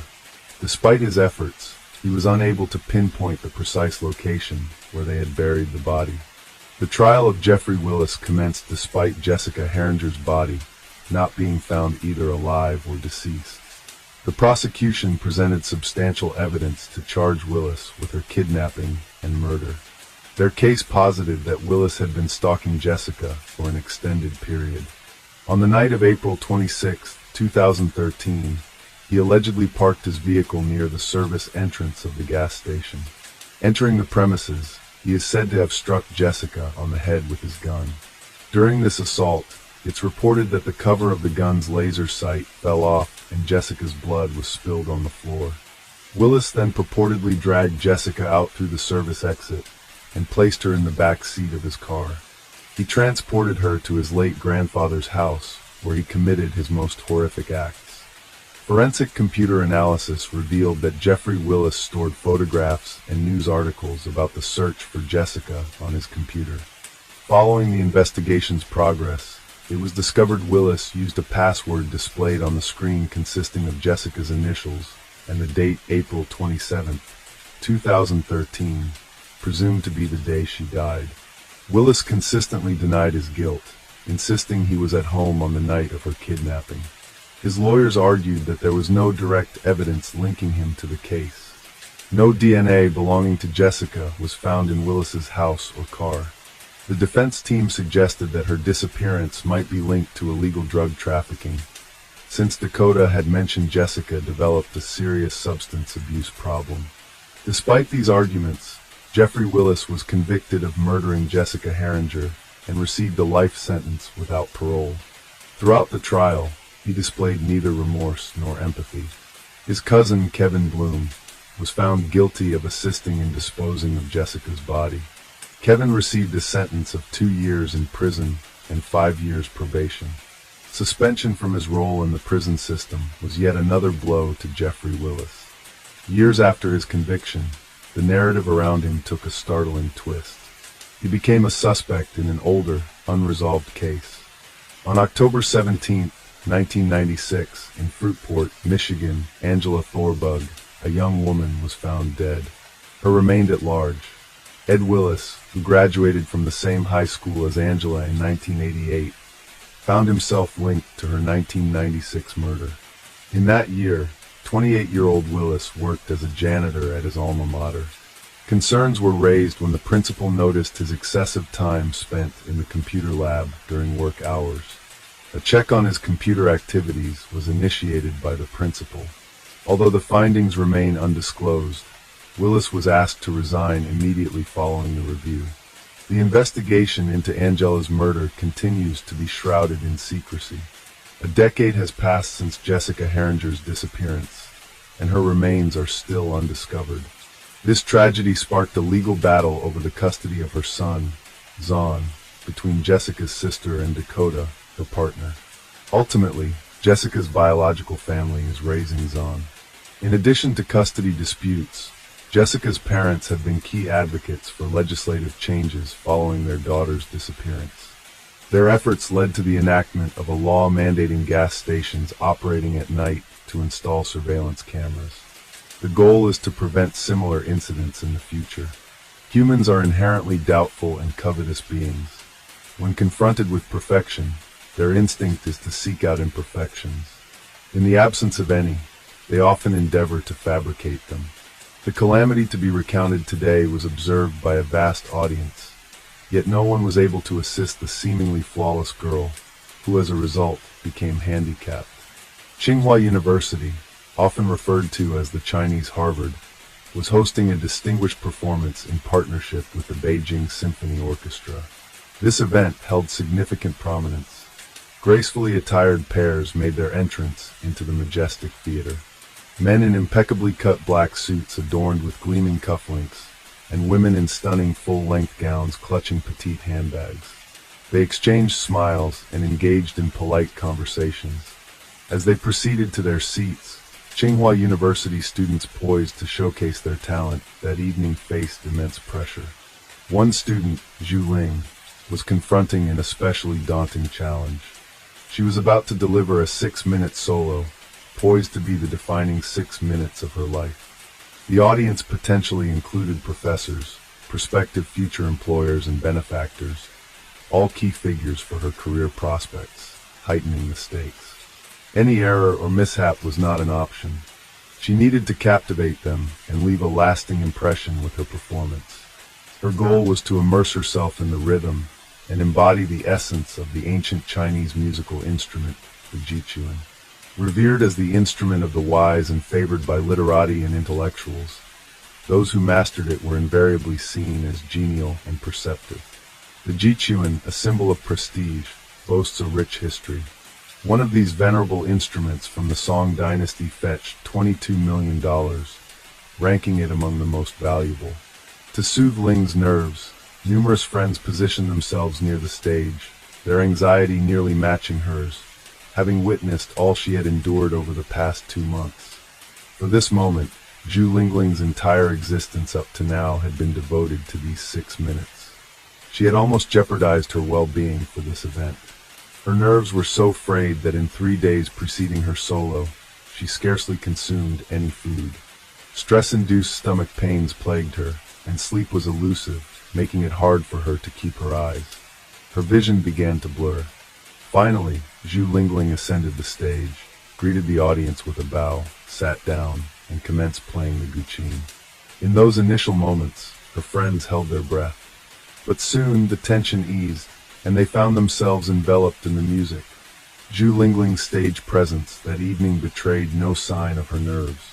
She seemed to become one with the melody. Her hands glided effortlessly, coaxing out exquisite sounds that resonated throughout the theater. Some of her friends were even brought to tears. It appeared that Zhu Lingling had channeled all her accumulated stress and anxiety of the past 2 months into her performance, transforming it into a form of emotional release. As the 6 minutes concluded, the audience burst into applause. Zhu Lingling gave a deep bow, offered a smile, and exited the unbeknownst to her. Her best friend was in the crowd smiling broadly and clapping so vigorously that her hands turned red. Yet her expression also showed a hint of nervousness. That night, Zhu Lingling opted out of the festivities to return home and rest. The dissipation of stress left her feeling utterly drained. In the shower, she began washing her hair calmly. Glancing at her hand, she noticed a clump of hair passing through it. Running her hand through her hair again brought a sense of urgency. She pulled back the shower curtain and dashed to the mirror. Her reflection revealed an exhausted face and small irregular bald spots resembling the aftermath of a carelessly wielded razor. This was merely the onset. In the following weeks, Zhu Lingling's condition would deteriorate further, leaving her confined to a wheelchair and bereft of ability, unable to move, speak, or even control facial muscles. She transformed from a highly promising Tsinghua University student into someone with the cognitive capacity of a 6-year-old child. This entire wasn't an illness, nor was it a genetic anomaly. Zhu Ling was experiencing something caused by another individual. For ordinary students, gaining admission to Harvard was more likely than to Tsinghua, especially for those native to China. The local acceptance rate stands at a mere 0.4%, making it more accessible to international students. The university operates on an annual budget of $5 billion. It's an institution where influential political figures' daughters and wealthy businessmen's sons receive their education. Each of them is exceptionally intelligent and well-educated, with high intellectual capacities. The real challenge isn't just in securing admission, it's surviving the intense competition and rivalry among the students. Some alumni have admitted that to stay at the forefront, they engaged in various manipulations, betraying comrades, engaging in deceit, and stabbing others in the back, all driven by the unyielding competitive spirit fostered at this institution. In 1994, Zhu Ling was among the 31 chemistry undergraduates at Tsinghua University. She ranked in the top 3 of her cohort, which consisted of 20 males and 11 females. Zhu Ling was often regarded as the epitome of excellence, the cream of the crop among students. Indeed, Zhu Ling was not only intelligent, but also tall and striking in appearance. Everyone foresaw a bright future for her, destined for significant accomplishments. Zhu Ling also had a charismatic and assured presence. Her arrival in the dormitory sparked envy among others. She had a knack for attracting a circle of friends and admirers, thanks to her warm demeanor towards others. She roamed the campus, attended lectures diligently, completed her assignments, and many marveled at her seemingly boundless energy. However, after a few months, a peculiar and unexplainable decline in Zhu Ling's condition began to be observed by all. She appeared less strained, even during graduation week. But suddenly, Zhu Ling seemed to vanish. She began arriving later than her peers, and consistently looked exhausted in lectures. Sitting there, she'd sweat as if overheating. Zhu Ling struggled to concentrate on the class content. Severe stomach pain plagued her, leading many, including her instructors, to believe it was stress-related. Seeking relief, Zhu Ling went to the school clinic for pain relievers, but they provided minimal respite. What started as minor lateness escalated to her ceasing classes entirely. Concerned friends decided to visit her dormitory, which she shared with 3 other girls. They found her in bed, shivering and moaning in agony, with clumps of dark hair scattered on the pillow. Alarmed, her classmates urged her to consult a physician, but Zhu Ling dismissed their concerns. She insisted she was merely stressed and would return to classes the next day, assuring them that everything would normalize by semester's end. The once impeccable Zhu Ling was now unrecognizable. Her complexion had turned ghostly pale, lips took on a purplish tint. She resembled a specter haunting the campus. Her movements were sluggish, each step seemed to inflict excruciating pain. Most of her hair had shed, leaving her nearly bald, and compelling her always to wear something on her head for concealment. Occasionally Zhu Ling's vision would blur, leading to temporary blindness for hours at a time. Various hypotheses regarding Zhu Ling's deteriorating condition spread across campus. Some conjectured it might be due to cancer or alopecia, known for causing hair loss, or perhaps an autoimmune disorder. Yet darker speculations emerged. Many students linked Zhu Ling's decline to stress stemming from a dispute with her close friend Sunny. It seemed oddly coincidental that the change in Zhu Ling coincided with their falling out. After missing an orchestra rehearsal for a challenging piece, Zhu Ling faced unexpectedly harsh criticism. Sunny Fly informed the instructor that Zhu Ling had skipped because she felt overly skilled, implying the others needed to elevate their abilities to match hers. Realizing such maliciousness in real life was quite overwhelming for Zhu Ling. Different speculations circulated among university students. Some hinted that Zhu Ling, being a chemistry student, might be secretly conducting groundbreaking experiments. However, would a highly driven student risk self-harm? Beijing A, from Peking University and a friend since middle school, decided to visit her in the hospital with a fruit basket. On entering her room, Beijing was stunned and compelled to flee. It wasn't fear of infection, but rather seeing his classmate in such a dire state that overwhelmed him. How could a vibrant 20-year-old transform into this shadow so quickly? What illness could strip Zhu Ling of all she had worked for? The medical team found her condition baffling. Just months earlier, Zhu Ling had been in peak health. Now she lay almost hairless, connected to multiple machines with tubes protruding from her nose and mouth. Her body convulsed, and face showed partial paralysis. A look of silent desperation marked her wide eyes. The sight was distressing. Even the slightest touch caused excruciating pain and more erratic movements. It seemed even her hospital gown tormented her skin. Sensing his friend's silent plea for help, Beijing read the desperate message in her eyes, a look he would never forget. Seeking answers alongside Zhu Ling's parents, Beijing probed the doctors for a diagnosis, but they were equally perplexed. They delved into the onset of her illness.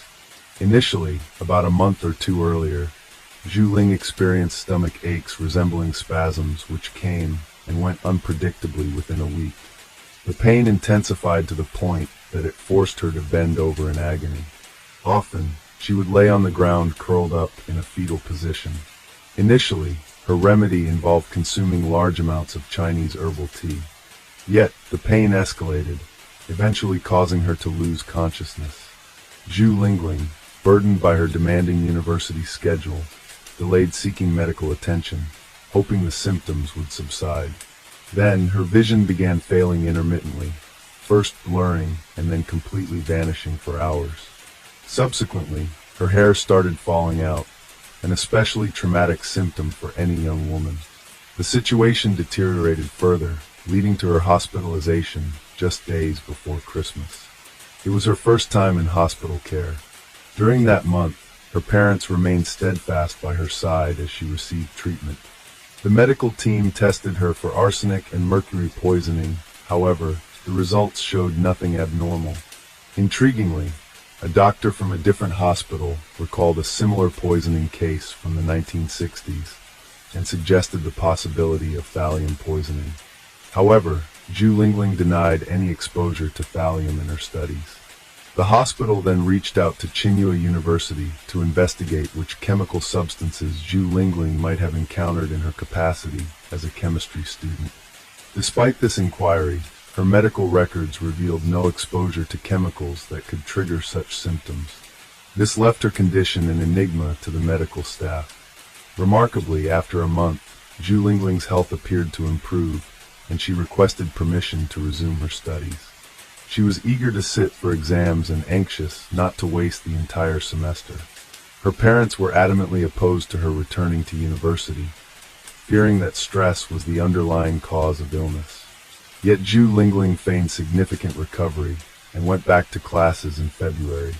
Unfortunately, by March, her condition had deteriorated dramatically again, resulting in readmission to the hospital, this time so debilitated that continued university attendance seemed impossible. She couldn't even speak. Jun, disillusioned with the local medical community's inability to provide answers, took the initiative. He reached out to medical experts not just in China but globally. Zhu Lingling's symptoms would transit various languages, and he posted these on specialized medical forums online. In less than half an hour, he received his response. Over the next few days, around 2,000 emails poured in from 18 different countries. The respondents weren't mere internet users. Many were affiliated with national medical institutions and specialized in toxicology. The consensus among almost all of them was alarming. Thallium poisoning. The symptoms pointed to a deliberate, methodical attempt to poison Zhu Ling, designed to inflict slow, excruciating agony. Thallium, a dense and highly poisonous metal, was once used in rat poisons, but has been banned in major countries including China and the USA. In the early 20th century, it was used as a lice treatment known to cause hair loss. Its array of symptoms is so vast that it often leads to misdiagnosis by doctors, and its detection is usually alarmingly delayed. Thallium doesn't leave visible marks like bruises or wounds, making it harder to spot. The poisoning unfolds in stages. Initial stomach discomfort escalates to severe pain, then trembling, headaches, insomnia, and temporary blindness. Subsequently, the victim experiences intense skin pain, akin to severe burns, where even the slightest touch feels excruciating. Clothing and bed linens become sources of torment. The final stage involves neurological symptoms, including involuntary motor disturbances, seizures, and partial or complete paralysis, culminating in cognitive decline and mental impairment.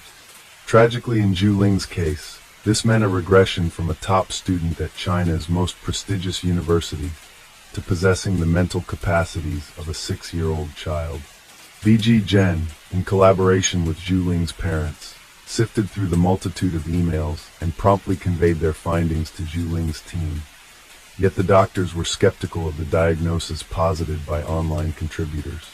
They emphasized that detecting thallium in the body without specific tests was not feasible. Testing for thallium involved sending the patient's blood to a lab equipped for such an analysis.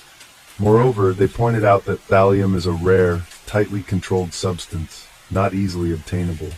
The doctors also mentioned that if Zhu Ling's condition was indeed due to thallium poisoning, an antidote would likely be ineffective at this advanced stage of the disease. This revelation left Zhu Ling's family and friends in shock. The pressing question then became, who would want to harm Zhu Ling? A hypothesis emerged that the intended targets might have been her parents, given their high-profile occupations. Her father was a senior engineer at the national agency, a position that could involve sensitive information. Her mother was an engineer at a prominent Chinese company. However, this line of inquiry eventually reached a dead end. The primary task was to determine how the poison entered Zhu Ling's system, especially since no one else on campus exhibited similar symptoms. This ruled out the possibility of thallium vapors, suggesting that Zhu Ling either ingested or came into direct contact with the substance. Meanwhile, during Zhu Ling's hospitalization, her personal items were mysteriously stolen from her dormitory. The stolen items included her shampoo, contact lens case, lipstick, bath soap, and even her water glass. Intriguingly, the perpetrator seemed solely interested in Zhu Ling's possessions, an unusual incident in such a prestigious university's dormitory. With no surveillance cameras on campus at that time, an investigation was imperative. Students lived in gender-specific rooms, and access to the women's dormitory was restricted to current female students of Singer University. Neither alumni nor graduate students or professors had entry into the living quarters of over 100 young female students. Police initiated a thorough investigation into over 20 vendors known to supply thallium, a substance still used in manufacturing optical lenses, electronics, and other products, scrutinizing their procurement records. They discovered that one supplier had provided alum to Singer University's chemistry department for research. The investigation revealed that only a select group within the university had access to this compound: 2 professors, 3 graduate students, and 2 senior undergraduates. Consequently, the perpetrator likely had a role in thallium-based experiments and had the opportunity to take personal items from Zhu Ling's room. As the investigation progressed, the professors and graduate students were quickly excluded as suspects due to their lack of access to the women's dormitory. This narrowed suspicion to the 2 senior students, 1 male and 1 female. Since the male student couldn't have entered the female residence area, suspicion fell on the female student. Astonishingly, this student was none other than Sun Wei, also known as Sunny. She was not only Zhu Ling's best friend and roommate, but now the prime suspect in her attempted murder. The situation posed a baffling question. Why would Sunny, with a bright future ahead, risk everything in such a serious manner? Acquaintances of both young women mentioned that Zhu Ling had recently triumphed over Sunny in the student elections. Sunny was not known for gracefully. She possessed an argumentative nature and had deceived her closest companion on several occasions. As Zhu Ling advanced and received greater acclaim, Sunny grew progressively more agitated. Zhu Ling's individual performance at the Beijing Philharmonic served as a catalyst for tension in their relationship. Zhu Ling was attractive, highly skilled, and esteemed by both peers and faculty members alike. This probably fueled Sunny's jealousy even more. Sun Wei was questioned for 8 hours straight before her parents came to take her home. Her family had significant influence at Tsinghua University. Her father played a key role in the Democratic Revolutionary Committee, and her grandfather was a former vice chairman. Many of her relatives held positions in government or academic roles at top state universities. Consequently, Zhu Ling's case remained unresolved for quite some time. Sun Wei, one of the primary individuals associated with the incident, maintained her innocence. She claimed that the police had cleared her of any suspicion. Regardless, Sun Wei legally changed her name and birth date, married an American, and relocated to the U.S., where she lived without restrictions. Meanwhile, Ling's diagnosis came too late. It was eventually confirmed that thallium had caused her mysterious illness. By the time it was detected, the levels of thallium in her body were extraordinarily high. The antidote, Prussian blue, proved ineffective due to the advanced stage of poisoning. Ling was declared permanently disabled with irreversible nerve damage. She now has a child's mental capacity, experiences facial paralysis, and is bound to a wheelchair. Later on, Ling's family received $14,000 from the hospital due to misdiagnosis and mishandling of her case.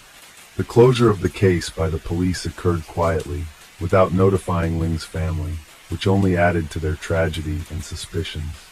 Zhu Ling lived until she was 50 years old before passing away. Her parents found solace in the fact that she could live so long in such a state. Unfortunately, the individual responsible for her condition was never brought to justice. Hello friends, welcome to my channel. Today I'm going to present to you another disturbing case, the case of Paige Bergfeld. The discovery of Paige Bergfeld's car marked the beginning of On That Day. A red Ford Focus belonging to the missing Paige was discovered. However, The location where the car was found and its condition raised significant questions and suspicions. The vehicle was situated in a remote area Page rarely visited. Moreover, it was completely engulfed in flames, suggesting that something alarming and unusual had occurred. The county district attorney scrutinized the case closely. His preliminary findings indicated the fire surrounding the car was intentional. This conclusion was corroborated by the fact that nothing else had burned in the vicinity. The strange incident involving Paige Bergfeld's car turned out to be just the beginning of an even more intricate story. June 28, 2007 is a date forever etched in the memories of Paige's family and friends. On that ordinary day, Paige left her children with a friend, Carol Linderholm, early in the morning. Everything seemed normal. No one anticipated trouble or imagined what was soon to transpire.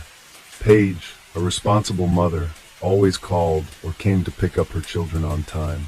However, when Paige did not return to pick up her children, friends and relatives tried contacting her, but received no response. 8-year-old Jazz, her eldest child, took initiative in searching for his missing mother. After sending several messages to her phone without any reply, Jazz insisted on searching with Carol. They went to the police station, where Jazz reported his mom hadn't returned for him. The community was shocked by her mysterious disappearance, and many were eager to assist in her search. Consequently, a massive public search operation commenced to bring this young woman back to her children and loved ones. That same day, Frank Bergfeld, Paige's father, received a call from an official with the sheriff's department. The message was brief and shocking. His daughter had disappeared. Frank quickly realized something serious was amiss. He attempted to contact Paige, but there was no response. Left with no other option, Frank called his eldest son, Craig, who lived on the opposite side of the country. Without a moment's hesitation, Craig purchased a one-way ticket and arrived in town ready to assist in the search for his sister. Family and friends combined efforts with police and volunteers to initiate a massive search operation. People from various neighborhoods gathered to look for Paige, meticulously combing the surrounding areas and checking every possible corner where any trace of her could be found. The police began by examining Paige's history with her loved ones to determine if they had any involvement in her disappearance. Naturally, authorities directed their attention to Paige's relationship with her first husband, Howard Bigler. Paige and Howard's relationship traced back to her high school years. After graduating from high school, Paige enrolled in the nursing program at the University of Florida, where she met a young man named Howard Bigler. Their mutual affection led them to start dating. Upon successfully obtaining her nursing degree, Paige returned to Colorado, where she continued living with her family. In 1995, after some time passed, she married Howard Bigler. At first glance, they appeared as a happy couple. They shared numerous interests and views on life. Nonetheless, there was one significant rift. Paige desired to have children and start a family while Howard did not share this aspiration. This fundamental disagreement sparked several arguments and many discussions. Attempts at compromise failed repeatedly. Thus in 1997 they decided it best to part ways through divorce. Despite this separation, their bond remained strong enough that the former spouses continued being friends. Later on, Paige married Rob Dixon, but that marriage too ended in divorce. Following her divorce from Rob, Paige reconnected with Howard once more. Howard claimed he was among the last individuals to see Paige alive on the 28th of that month. They met up in Eagle County, Colorado. It was due to personal business. There, they spent Thursday together. The former spouses then returned to their cities. Howard confirmed that they continued to communicate by phone after the meeting. Upon learning of Paige's disappearance, Howard immediately contacted emergency services. While speaking to the operator, he expressed his concern and belief that something terrible had happened to Paige. The phone recording was corroborated by cell tower data, showing that the day Paige disappeared, Howard was in the Denver, Colorado area, which is several hours away from where she vanished.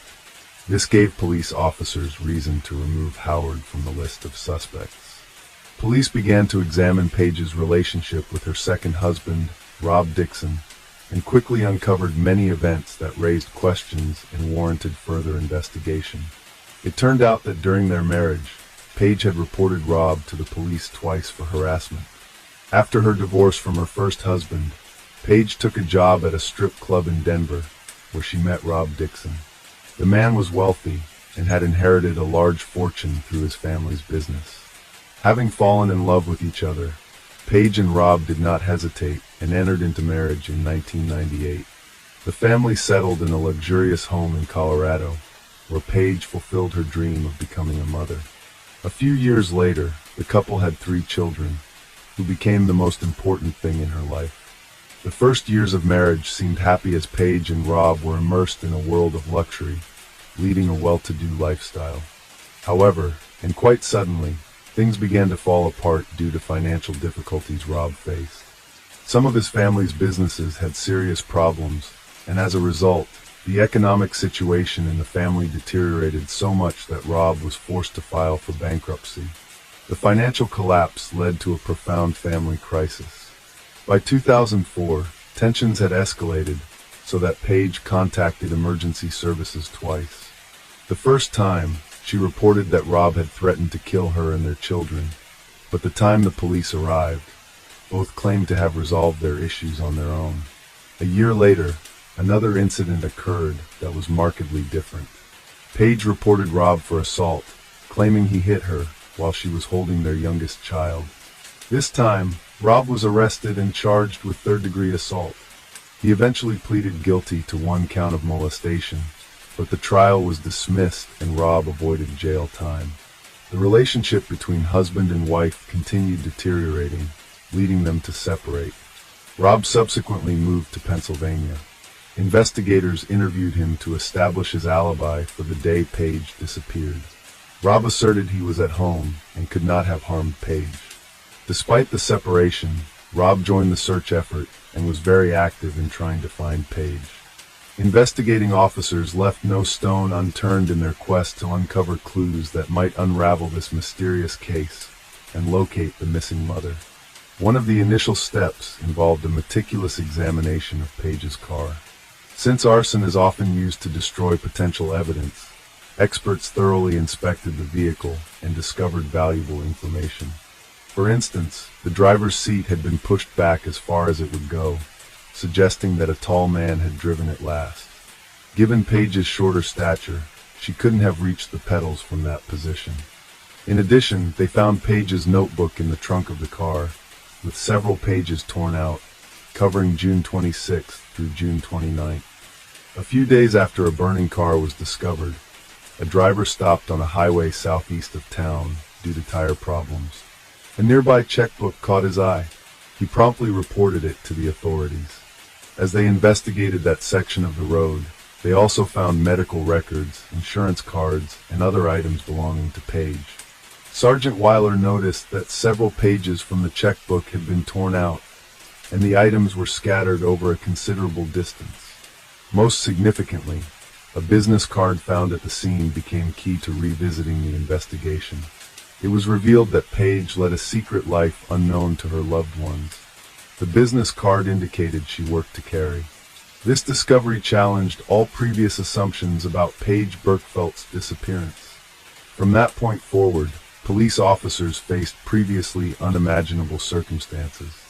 After her divorce, Paige realized she needed to work hard and earn enough to provide for her children and meet their needs. She's starting a children's clothing business, while simultaneously teaching dance lessons and selling kitchen supplies at a company. Despite her busy schedule, Paige always made time for her children, attended parent-teacher association meetings, and stayed active in school groups. However, this new discovery by the police upended everything known before. It turned out she had been living a completely secret life with another phone used exclusively for professional activities related to her job as an escort. This phone became essential in unraveling the complex mystery that even Paige's close friends and family couldn't have imagined. Investigators were now faced with many questions. Why did such a devoted mother and successful businesswoman decide to live this double life? How was this secret profession connected to her disappearance? All these queries became priority in the investigation, adding layers of complexity and intrigue. Using the cell phone found in Paige's car, detectives accessed a list of contacts and calls made and received in the hours leading up to her disappearance. The last call from that phone was made on June 28th around 9 p.m. After analyzing this information, 7 individuals were identified as suspects. One of them was Lester Ralph Jones. Investigators paid special attention to Jones due to his criminal history, which included violence against women and kidnapping. For one incident, he served 5 years in prison. But that wasn't that alerted the police. A white car, matching the description given by Carol Paige's friend, also raised suspicions. Carol shared crucial details with detectives. She recounted a day when Paige approached her car and noticed another white car blocking her driveway. Annoyed, she got behind the wheel to maneuver out, but ended up colliding with the other vehicle. The unknown driver immediately fled the scene. With this information, investigators speculated that Lester might have been obsessed with Paige and possibly following her. Further digging revealed that Lester Jones had tried to schedule an appointment with Paige the day before she disappeared. When questioned, Lester denied knowing anything about Paige's disappearance and provided fingerprints and DNA samples. However, many suspicious items were found in his home. A disposable cell phone, men's wigs, a sheet with an escort services phone number, and women's lingerie in various sizes. Particular attention was given to the disposable cell phone found at Lester's residence.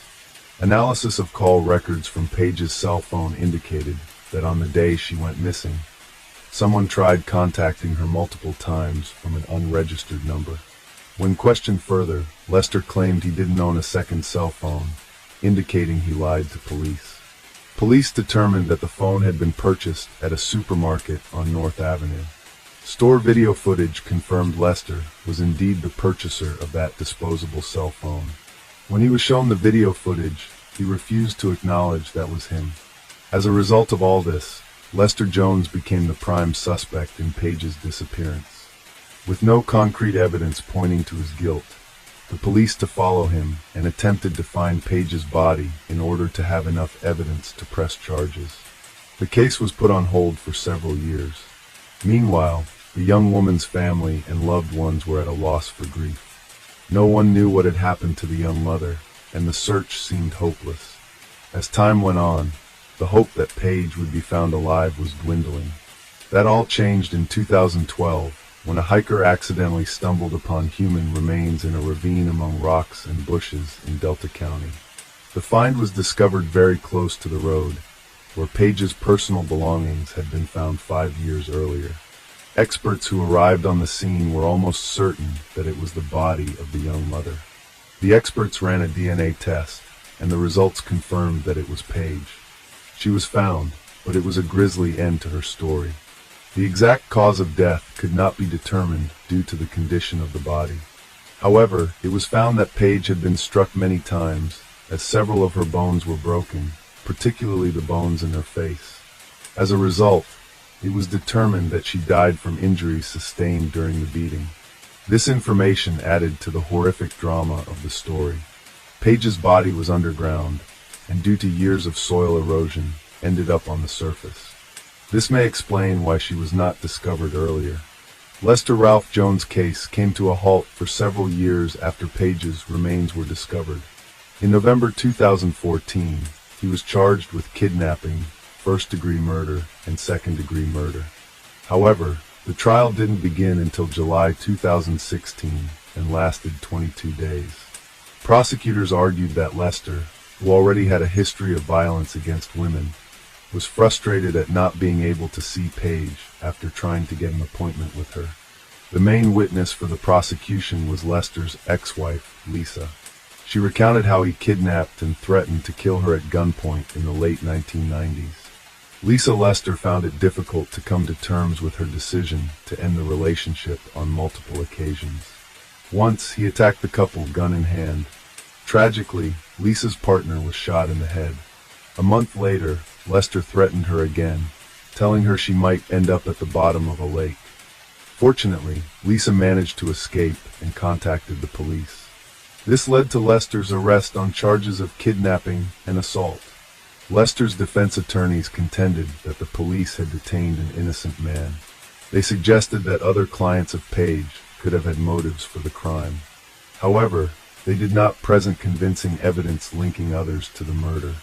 Lester's current spouse also testified before the jury. Despite knowing he used an escort service, she did not abandon him because of her faith. Nonetheless, she didn't provide him an alibi, and even identified him from a surveillance video at a supermarket where he bought a disposable phone on September 9, 2016. The jury couldn't reach a unanimous verdict in the first trial, leading it to be declared a mistrial. However, the district attorney was firm in believing Lester's guilt and didn't give up. Over several days, he diligently re-examined all evidence. On November 21, 2016, after thoroughly reviewing all of it, the jury reached a verdict. Lester was found guilty of all charges related to Page's death. The judge sentenced him to life in prison without parole. Although the defense appealed this sentence, an appeals court panel upheld it in June 2022 and confirmed Lester's guilt. Page's final farewell took place on April 28, 2012. Her obituary described her as a beautiful and radiant woman whose smile could be compared to the sun. Her tragic loss deeply affected her family and friends. Her 3 children were orphaned and lost their main support and encouragement. Page's case drew public attention and lasted many years. Nevertheless, law enforcement and relatives persevered tirelessly until justice was finally served. Lester Ralph Jones was found guilty and sentenced to life in prison without parole. Now he won't be able to harm anyone else. Page's story underscores why it's vital to fight for justice, regardless of how long it takes or how much effort is required. Her memory will forever linger in the hearts of those who knew and loved her.